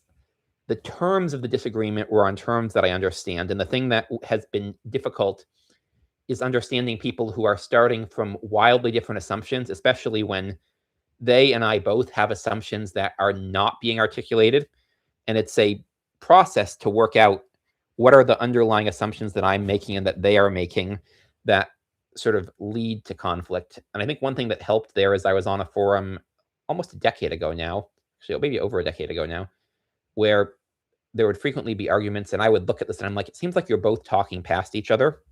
I remember a good example of this for me was the Pink or Spelke debate on gender, at least that's how I interpreted it at the time, is that Spelke was talking about factors that were evidence that women had a harder time like getting into STEM or getting through STEM programs. And then Pinker was talking about things that were evidence that women tended to have less interest in STEM. And basically the whole debate, it seemed like they were talking past each other, as opposed to saying, okay, well, both of these things can be true, but what does it mean? Sort of how do we go there? And these are people who were like good friends. So it was a very cordial debate, but it's still, so the best way to read things against your beliefs is to mistrust your own beliefs, actually have skepticism against yourself. So even thinking and reading becomes similar. So I agree, but I also think, like Michael Polanyi says, you need to start with like assuming something and having faith in it, that this is sort of good enough as a starting point. Otherwise, you don't even have a basis for evaluating like which of what I'm saying other people are true. And that leads to like radical relativism, which basically isn't functional as a worldview. Like people who express radical relativism as a worldview are either complete messes who can't get anything done, or they say one thing and then don't actually practice it. So no, I don't have any published papers. I wrote a few papers. I wrote a thesis for my undergrad, and I have a first-year paper that I wrote, and also a second-year paper that was not good enough. That was why I got kicked out of grad school. I might be able to find the first-year paper again. I don't know. And I definitely, somewhere I have the thesis that I could put up, which is actually kind of interesting because it was on how theory of mind relates to autistic understanding of lies and irony. Because one thing that's sort of notorious about autism, very literal minded.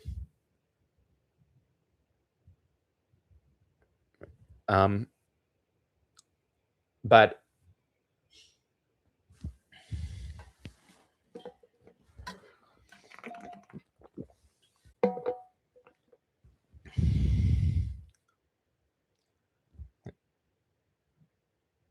yeah. So, yeah. I think the basis for evaluation should be consistency and agreement with reality. So one thing that I talked about a bit that I want to sort of emphasize is this sort of gets to Jean Baudrillard and simulation simulacra, is the map territory distinction.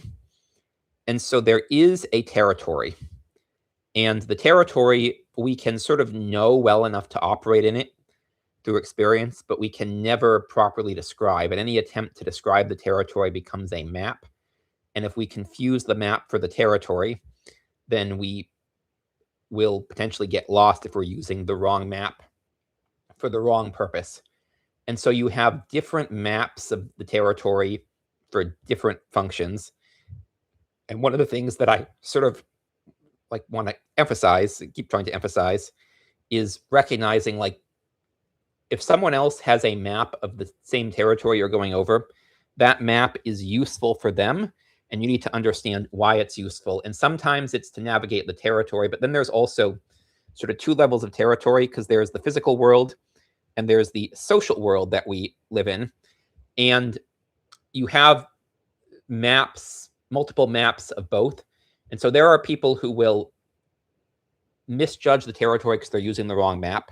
There are people who are using the wrong map because, like, this is something I've done often.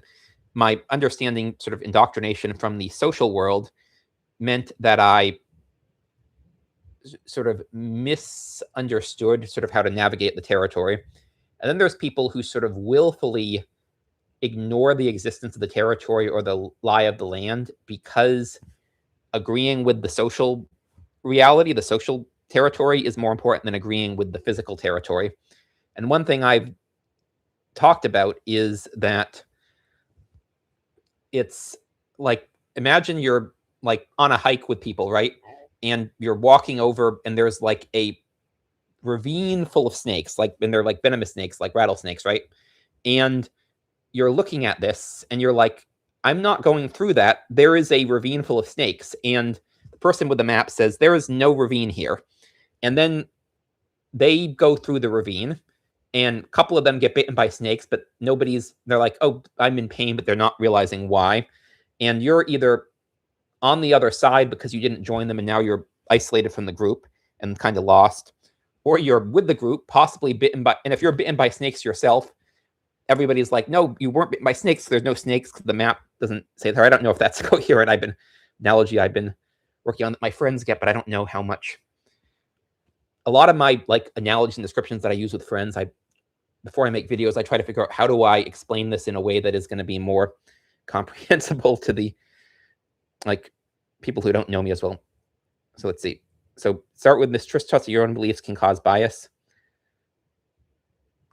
So I don't think neutrality is possible. Again, I think the critical thing is, but I think you're sort of getting that, is get a range of different perspectives, because if you have different, and a friend of mine, her mother has a good way of looking at it, and this was in terms of religion, but her mother was Catholic.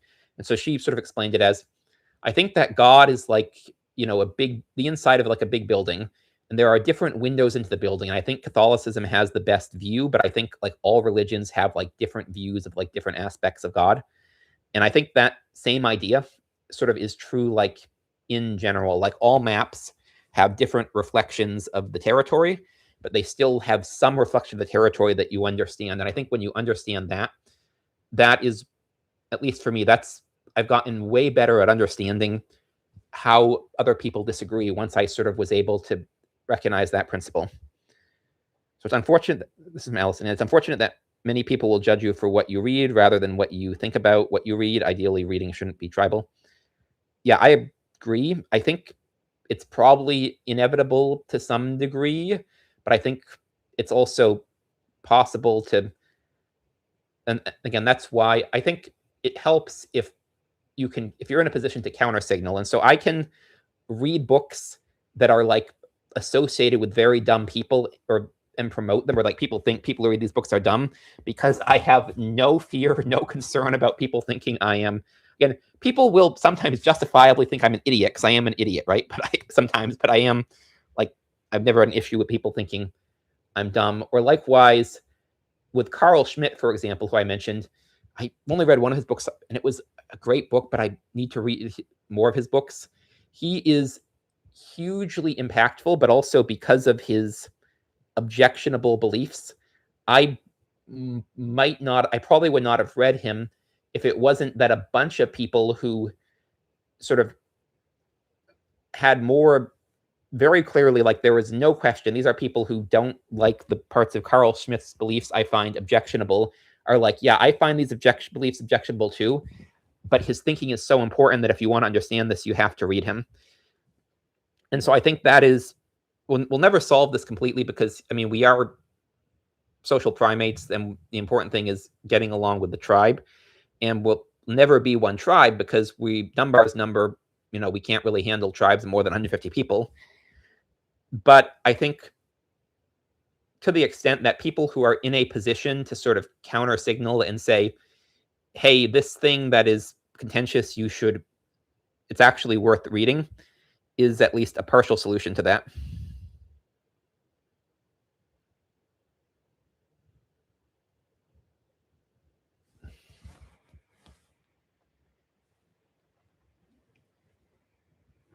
And I think the other thing is, like I mentioned in an early video that I didn't really think that I had to like grimdark because that was not moralized. I mean, people do moralize about like the grimdark is best because it's realistic, and I'm like, if you think grimdark is realistic, I'm depressed for your view of the world. But I did sort of feel like I had an observation to read like gritty, dark literary fiction that I didn't like. And when I was Al Harvey talking about like it's basically sort of voyeuristic tourism in someone else's misery for a lot of these people, and they like it. I'm like, oh, it's not that they're forcing themselves to read it because it makes them better. It's they're reading it because they like it because it works for them, and then they're sort of moralizing about it. And I think we have a tendency to moralize either things. We moralize either what we want to do anyways, or what we really don't want to do, but which our social groups sort of made us have to do. And we're like, well, if I had to do it, everyone else should do it too. Maybe others too. But those are, I feel like, especially when I see, well, I guess you can moralize about things where it's like, yeah, this is a sort of a dumb thing you did that you shouldn't be doing. That tends to be more in sorrow than in anger. And so like angry moralizing, I think, tends to be more like it tends to be derived from those two things. I tried to think if I can think of counterexamples where it's either I want to do this anyways and I'm justifying why, or I don't want to do this. My social group told me I need to, and now I'm trying to make everyone else do it too. So ideal is love. Assume each person has a legit perspective they are using that God gave them, and they think they are out of his love. That may be natural, I guess. Okay. Sigh on the Vine. Have you read Kierkegaard? I feel like you would really like Kierkegaard.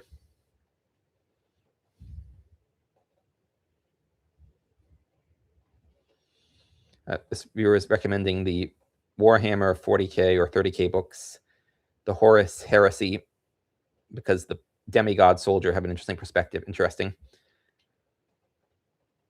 I've seen a lot of people like Warhammer. I am not very familiar with it. I know that it's where the term grimdark comes from, and that's basically it.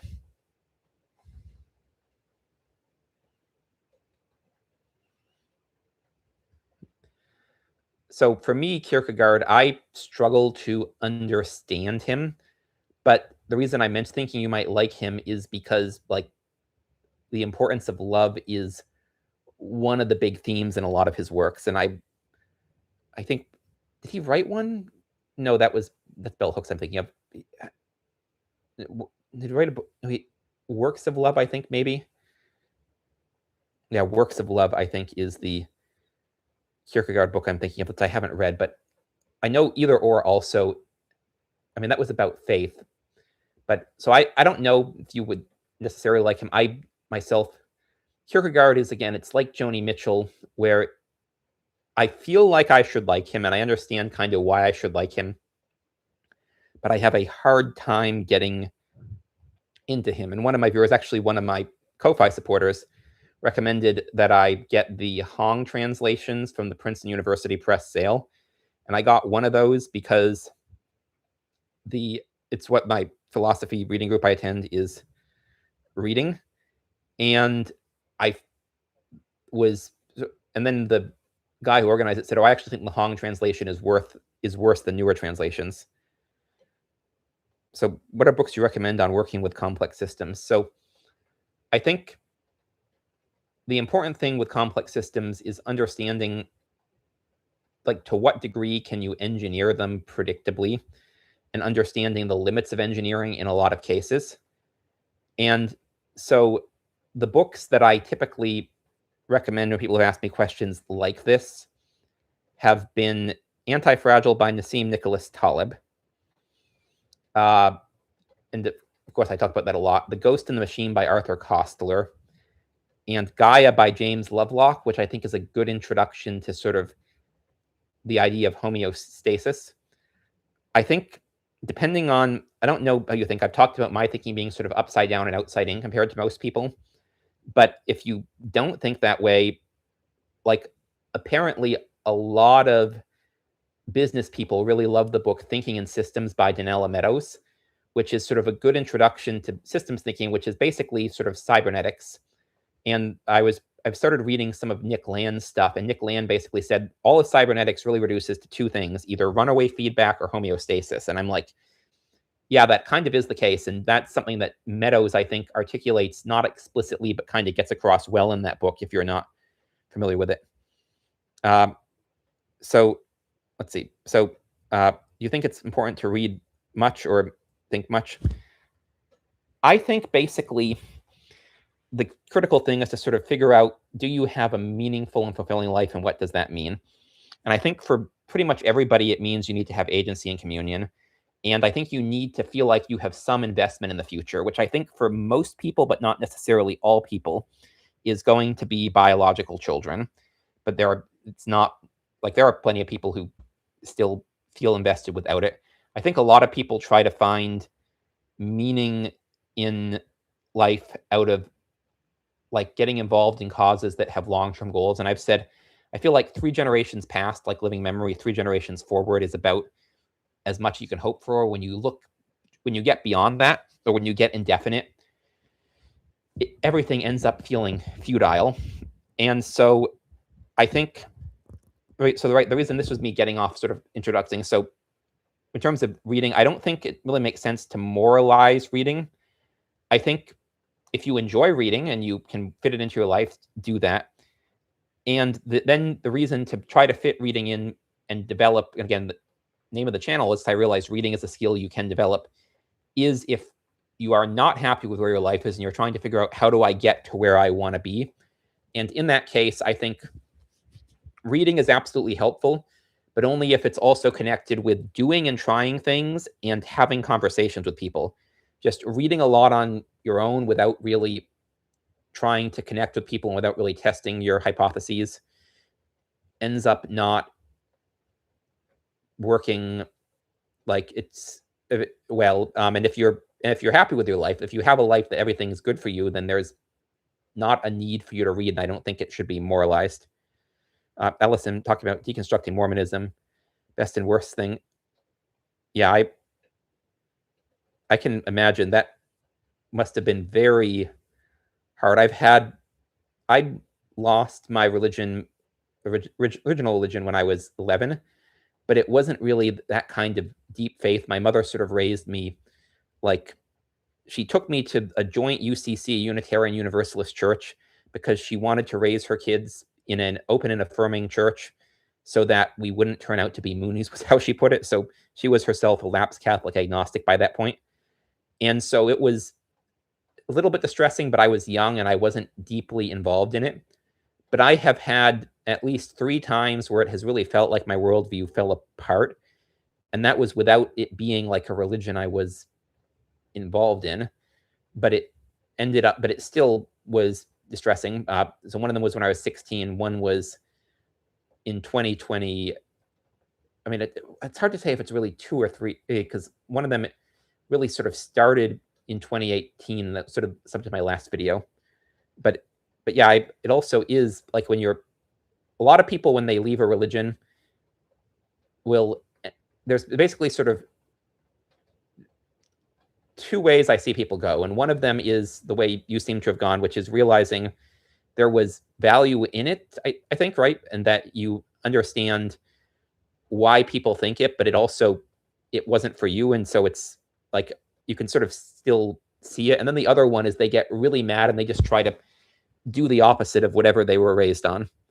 And that second one, I think, is not healthy, but I think the first one is very helpful. And I think a lot of the most interesting, well-adjusted people I know sort of had that experience. And I think it is hard, like in the modern world, to maintain a lot of traditional religions if you start questioning things.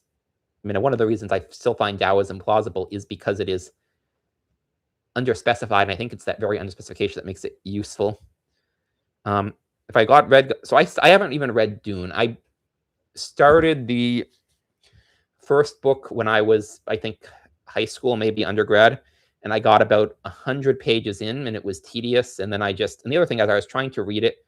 My mother, her friend, one of the kids was having a bar mitzvah, and so we were out visiting them, but it was also like there were people around, and I was trying to read it then, and that was not a good situation to try to read it. And so I haven't read God Emperor Dune because I haven't even read Dune. And I did get a copy of Dune because my father, I think, had one, but I think it's at my mother's house to try to read it, but I don't know if when I will. So yeah, harder for someone who has never changed their mind as something to be open to new ideas. Yeah, I think it's harder for someone who doesn't know they've changed their mind on something, because I've seen people change their mind and then deny they changed their mind and insist that's what they've always believed. And I think if you believe like you've always been right and you never change your mind, then you may still change your mind, but it's never going to be like a conscious decision. It's just going to be sort of almost being driven by what people around you think. I don't think I think anti-fragility versus fragility, right, is there's sort of a level of indeterminacy in which Nassim Nicholas Taleb would call resilience, or that level of sort of mixed. And then things can be more or less fragile or anti-fragile, but I don't think there's like an absolute degree of anti-fragility that is possible. Or like it's like there's never going to be like completely anti-fragility would be, that would consume the universe. Maybe I'm misunderstanding the question. Sorry. I think with the nature of the world, like there is no job that is going to be completely, because there are like, I'm hopeful that to the extent that things sort of break down, it's going to be slow and not catastrophic. But there's still a potential that there could be all sorts of catastrophic breakdowns that would basically end the world, all of which are small probability, even collectively. So like complete anti-fragility would need to prepare against the possibility of, nuclear apocalypse, right? Which just I don't think is possible. Maybe I'm misunderstanding. Like thoughts on complexity and emergence. Yeah, it is common sociologically, biologically, and it is something I realized only earlier this year, is that the term for this is cybernetics, which I had heard, but I always thought cybernetics was just like cyborgs, which is another way it gets used. But cybernetics is basically the study of these emergent properties. And I've been thinking I want to make a video on sort of explaining that, but I need to think more about a lot of videos I want to make that I'm still working out how to say them. Yep, homeostasis, regulatory negative feedback. Yep. So many patterns interwoven. So it's many for people, religion is the baseline to all existence. So I think if a religion is letting you live a life that is adequately fulfilling and it's what you were raised in, there is neither an incentive nor a need to break out of it. And the incentive and the need to break out of a particular religious tradition comes when it is demanding something of you that you can't give, and or not fulfilling something that you need.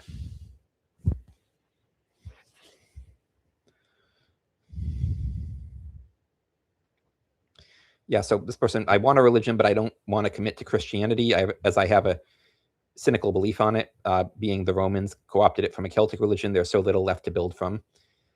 Yeah, that's the thing, is like it's different. Once a living tradition has died, you can't resurrect it, and trying to do so is going to be a zombie. And it can be like resurrected zombies can eventually sort of evolve into new sort of living traditions on their own, but they take time.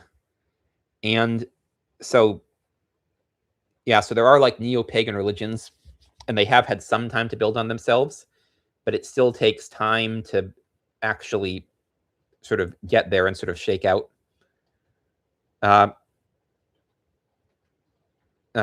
Changing one mind is a good thing. Religions tend to discourage such mental activity. I think it depends on the religion. Like both Taoism and Western Christianity have historically tended to encourage investigation into the natural world and attempts to understand the natural world. And obviously people sort of question that because they look at the Galileo thing, but the Galileo thing, like as Paul Feyerabend talked about, and as Ricky Vernio, the architecture guy that I linked to in one of my posts, talked about. Like, Galileo wasn't prosecuted for saying that the Earth revolved around the sun. He was prosecuted for writing a book saying that the Earth revolved around the sun, and you'd have to be an idiot not to believe it with funding from the Catholic Church. And evangelical Protestantism is, and other, like some reconstructionist religions like Jehovah's Witnesses, are very anti like asking questions at all. But like the historic Western Christian tradition in general has overall sort of encouraged asking questions, as has Taoism. And I think other religions aren't necessarily like, I don't think Buddhism is necessarily opposed to it, it's just not really pro it either. And then Judaism is like, the whole religion is based around like questioning and interrogating and debating everything, although it is sort of starting from the point of assuming that the Torah and the oral Torah, the Talmud, is sort of divinely revealed truth. And then how do we get here from there? And actually, Islam too. Sufism less so, although I like Sufism for other reasons. But like the traditional like legalistic Sunnism, again, like Judaism, it is starting from the assumption that the Quran and the Hadith, the sayings of Muhammad, are true, and then figuring it, well, with the Hadith, it's not they're true, it's that they are true if they are reported by multiple people through verifiable chains of transmission. But then Islamic law is about, so both Judaism and Islam sort of start from specific assumption on the holy books, but then they do have sort of a question of interrogation there. Yeah, let's see.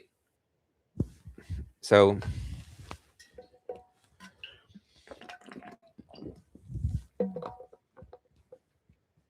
let's see. So what have I read about Eastern Christianity?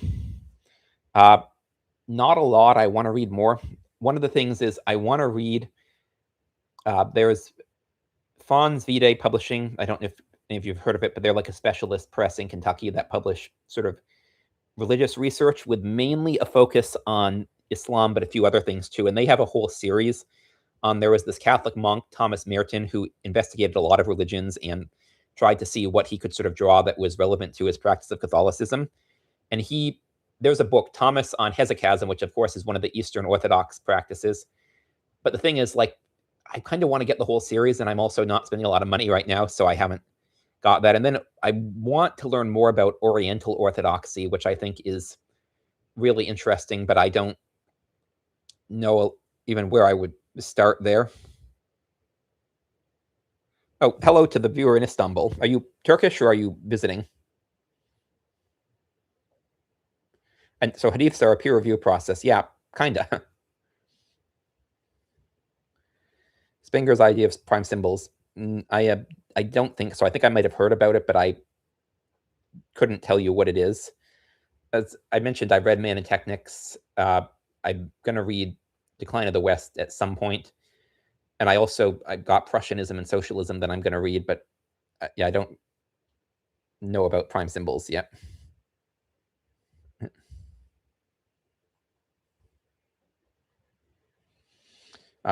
So this person saying, I think Gnosticism is the most interesting form of religion. So is your favorite city in Turkey Istanbul or Izmir? I've noticed, like with tourists, it seems like tourists to Turkey, your favorite city is always Antalya or Izmir. And then Turkish people, their favorite city is always either Istanbul or Izmir. So Gnosticism is the most interesting form of religion. So have you read the Gnostic Gospels by Elaine Pagels? So that was really interesting. And like, because Gnosticism wasn't really one thing. Basically, her contention was the reason Nicene Christianity won out is because it gave a package of beliefs. No, I'm not Turkish, but I lived in Turkey. But someone else, one of my viewers, is Turkish, and so I was asking because I live in Istanbul, and something I noticed, like you talk to foreigners in Turkey who spent time in Turkey, and they always say my favorite city is either Antalya or my favorite city is Izmir. And you talk to Turks who live in Turkey, and their favorite city is always Istanbul. Or am I getting this backwards? It's been a while. But I taught English in Gaziantep. I spent a lot of time in both in Istanbul, Izmir, and Adana.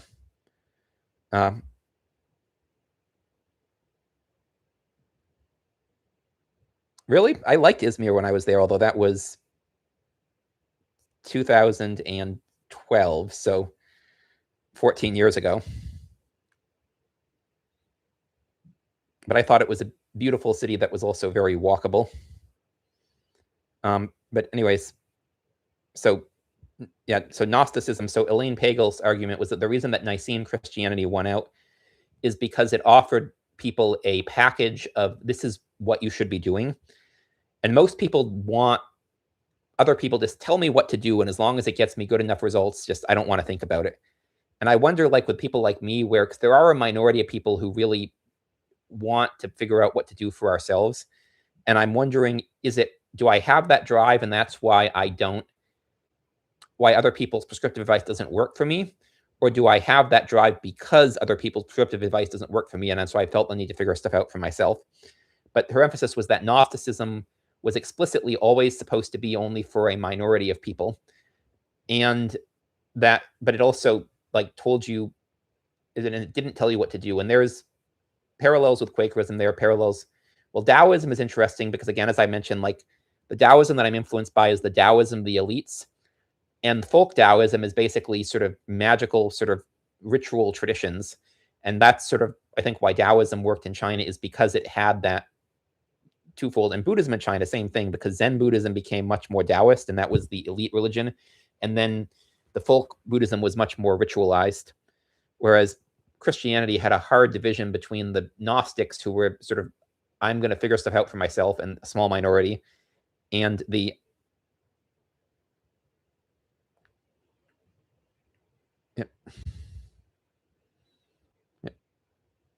I still haven't actually been to Antalya.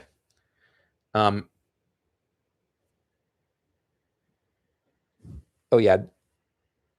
Well, I found Spengler remarkably readable in Man and Technics. I haven't read Decline of the West yet, but I do agree German and Austrian writers tend to write in a way that is difficult to read.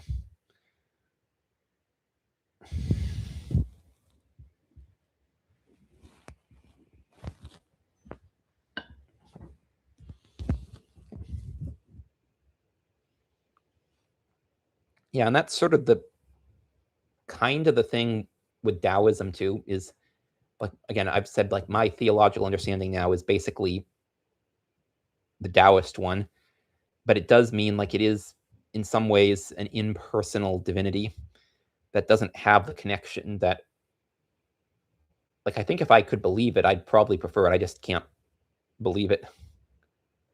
Mechanical thinkers and object-based thinkers. Mechanical thinkers identify the mechanics as something, but realizing what they create, object-based thinkers the opposite. I'll have to think about this.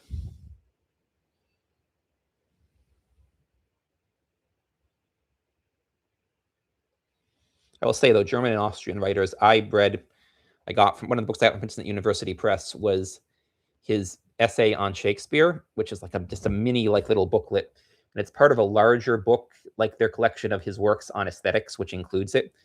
But that book was even discounted. It was like $70, and I'm like, I would like to read that someday, but I'm not going to spend $70 on this one book right now. But it was Herder's essay, and this is another thing I want to make a video on, was interesting because basically at the time that he was writing, the consensus among German intellectuals was that it was $130, like, but then it was discounted by half, so really 65, and there's tax. So a lot of academic press books are like this. Typically, if they expect they're going to be like bought only by academic libraries or mainly by academic libraries, and they set the price as high as they can, because if the academic libraries are going to buy it, it doesn't matter if it's $20 or $200. But yeah, Herder was arguing. So when Herder was writing, like the consensus of German intellectuals was that the best playwrights were in the French tradition. So Voltaire, who we don't remember for his plays, and two other people we don't remember at all. And that Shakespeare was kind of trash. And the French writers were seen as better because they were more like the traditional Greek plays, and Herder was saying, well, no, both the traditional Greek plays and Shakespeare were an authentic cultural development out of the local tradition, whereas the French plays were attempts to basically copy the Greek tradition into France. And it doesn't work because ancient Greece was a much simpler time, so much simpler plays worked, whereas France was much more complicated, and it was being ignored in these plays, whereas Shakespeare sort of acknowledged the complication of the modern world. And of course, now everybody knows Shakespeare. People don't know Voltaire for his plays, and nobody has heard of these other French playwrights. So I think Herder was right on the money. If you're familiar with any West Asian novels, the only West Asian novels that I have read are The Blind Owl and Snow. I want to read more. I just haven't gotten to it. Top of my list that I want to read is On the Island of Missing Trees. Do you have West Asian novels that you particularly like?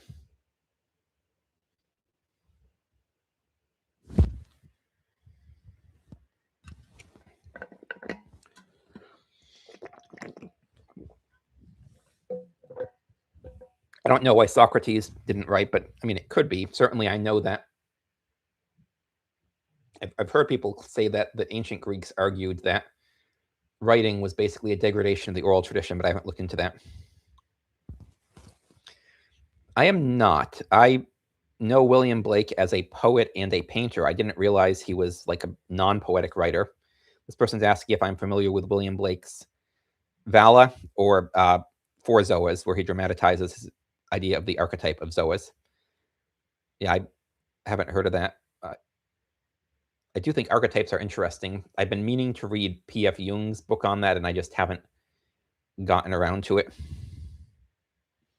My Uncle Napoleon and Dying is Hard Work. Okay, I'm actually going to write these down, or I will copy them. Yeah.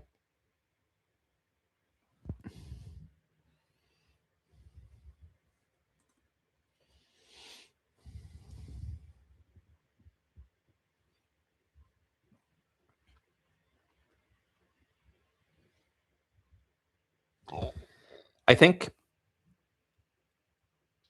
the thing about writing, for example, so as I mentioned, Ted Kaczynski he drew a distinction between small scale technology and organization dependent technology.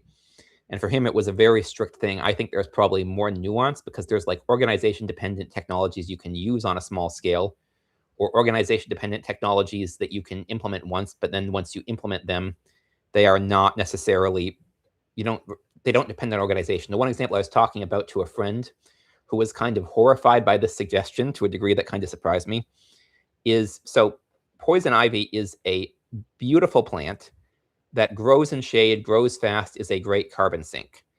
The reason that we don't like it is because we are allergic to urushiol.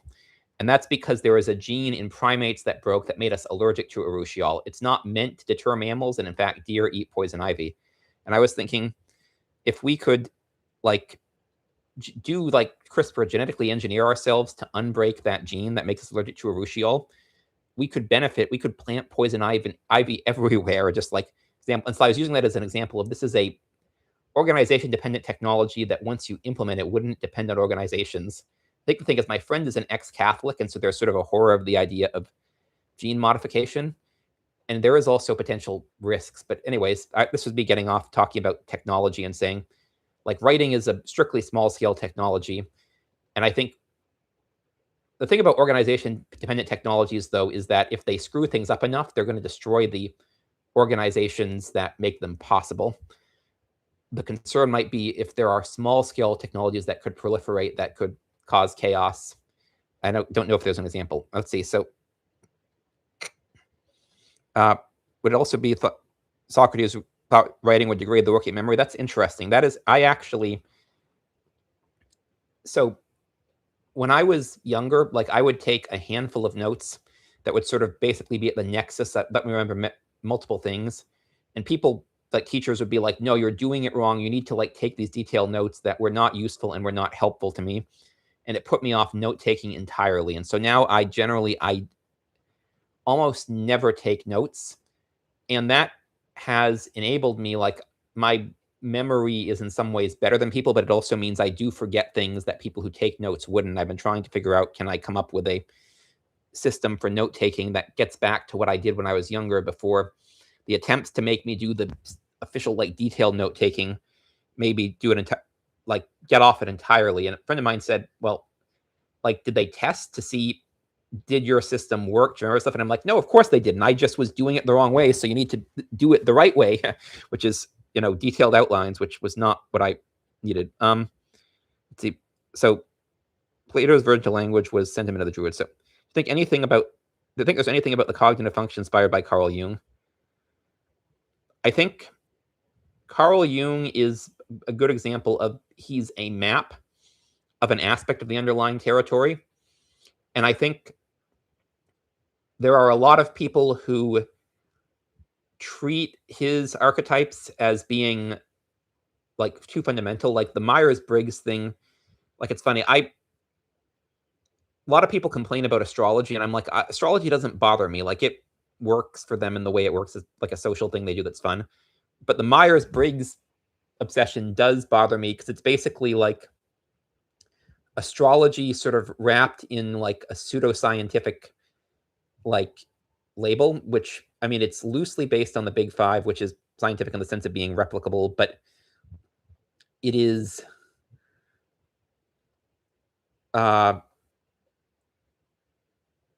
not like, one of the big things with Myers-Briggs is it treats things as dichotomous when most people are towards the middle.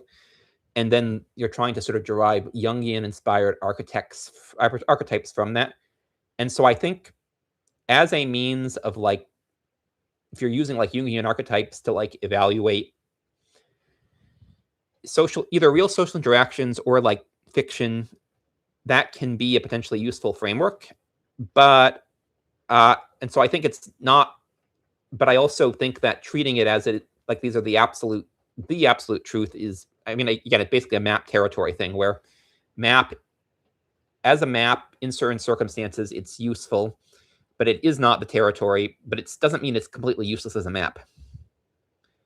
But I also, like, I have a general sense of Jungian archetypes, but that's why I want to actually read his book on the topic to get a better understanding and see, can I use them? How could I use them? Which at this point I can't really do.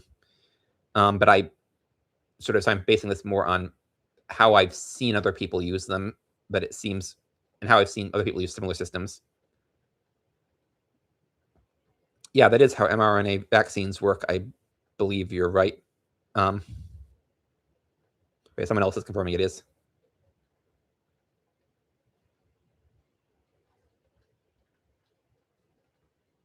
Okay, someone else is saying no. It updates single instruction to replace a protein. It doesn't update DNA. So yeah, I am not remotely an expert on the science behind mRNA vaccines. I just know that there are some, like, people do use CRISPR to update their genes, or they've done that. There are a few people who have done that now. I was thinking it would be neat if we could get rid of the primate urushiol allergy, and then we could plant poison ivy everywhere without having a bad reaction.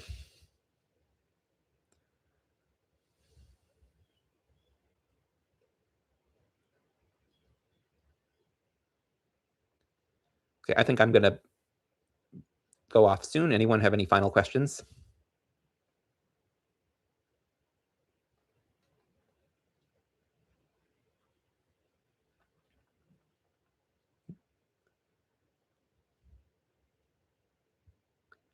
Well, thank you all. It was nice chatting, and I will try to do this again sometime soonish. Oh, synthetic ape. I will put this in text document recommendations too.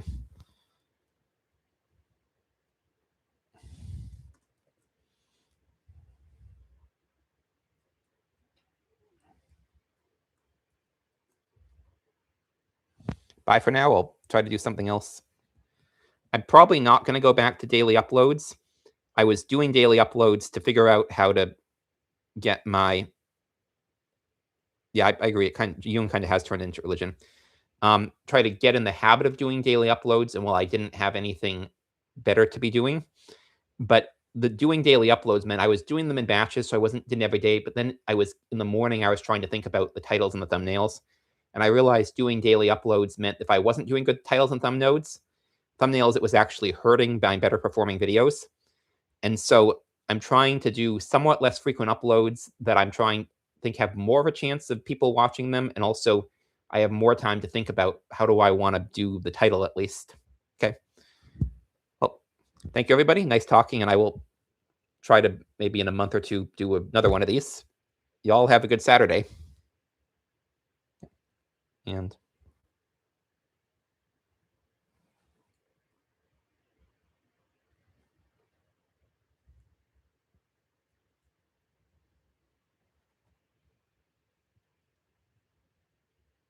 one sec, actually, I'll check to see if there's anything else. Okay. Yep, I will. This one was fun. Okay. Bye.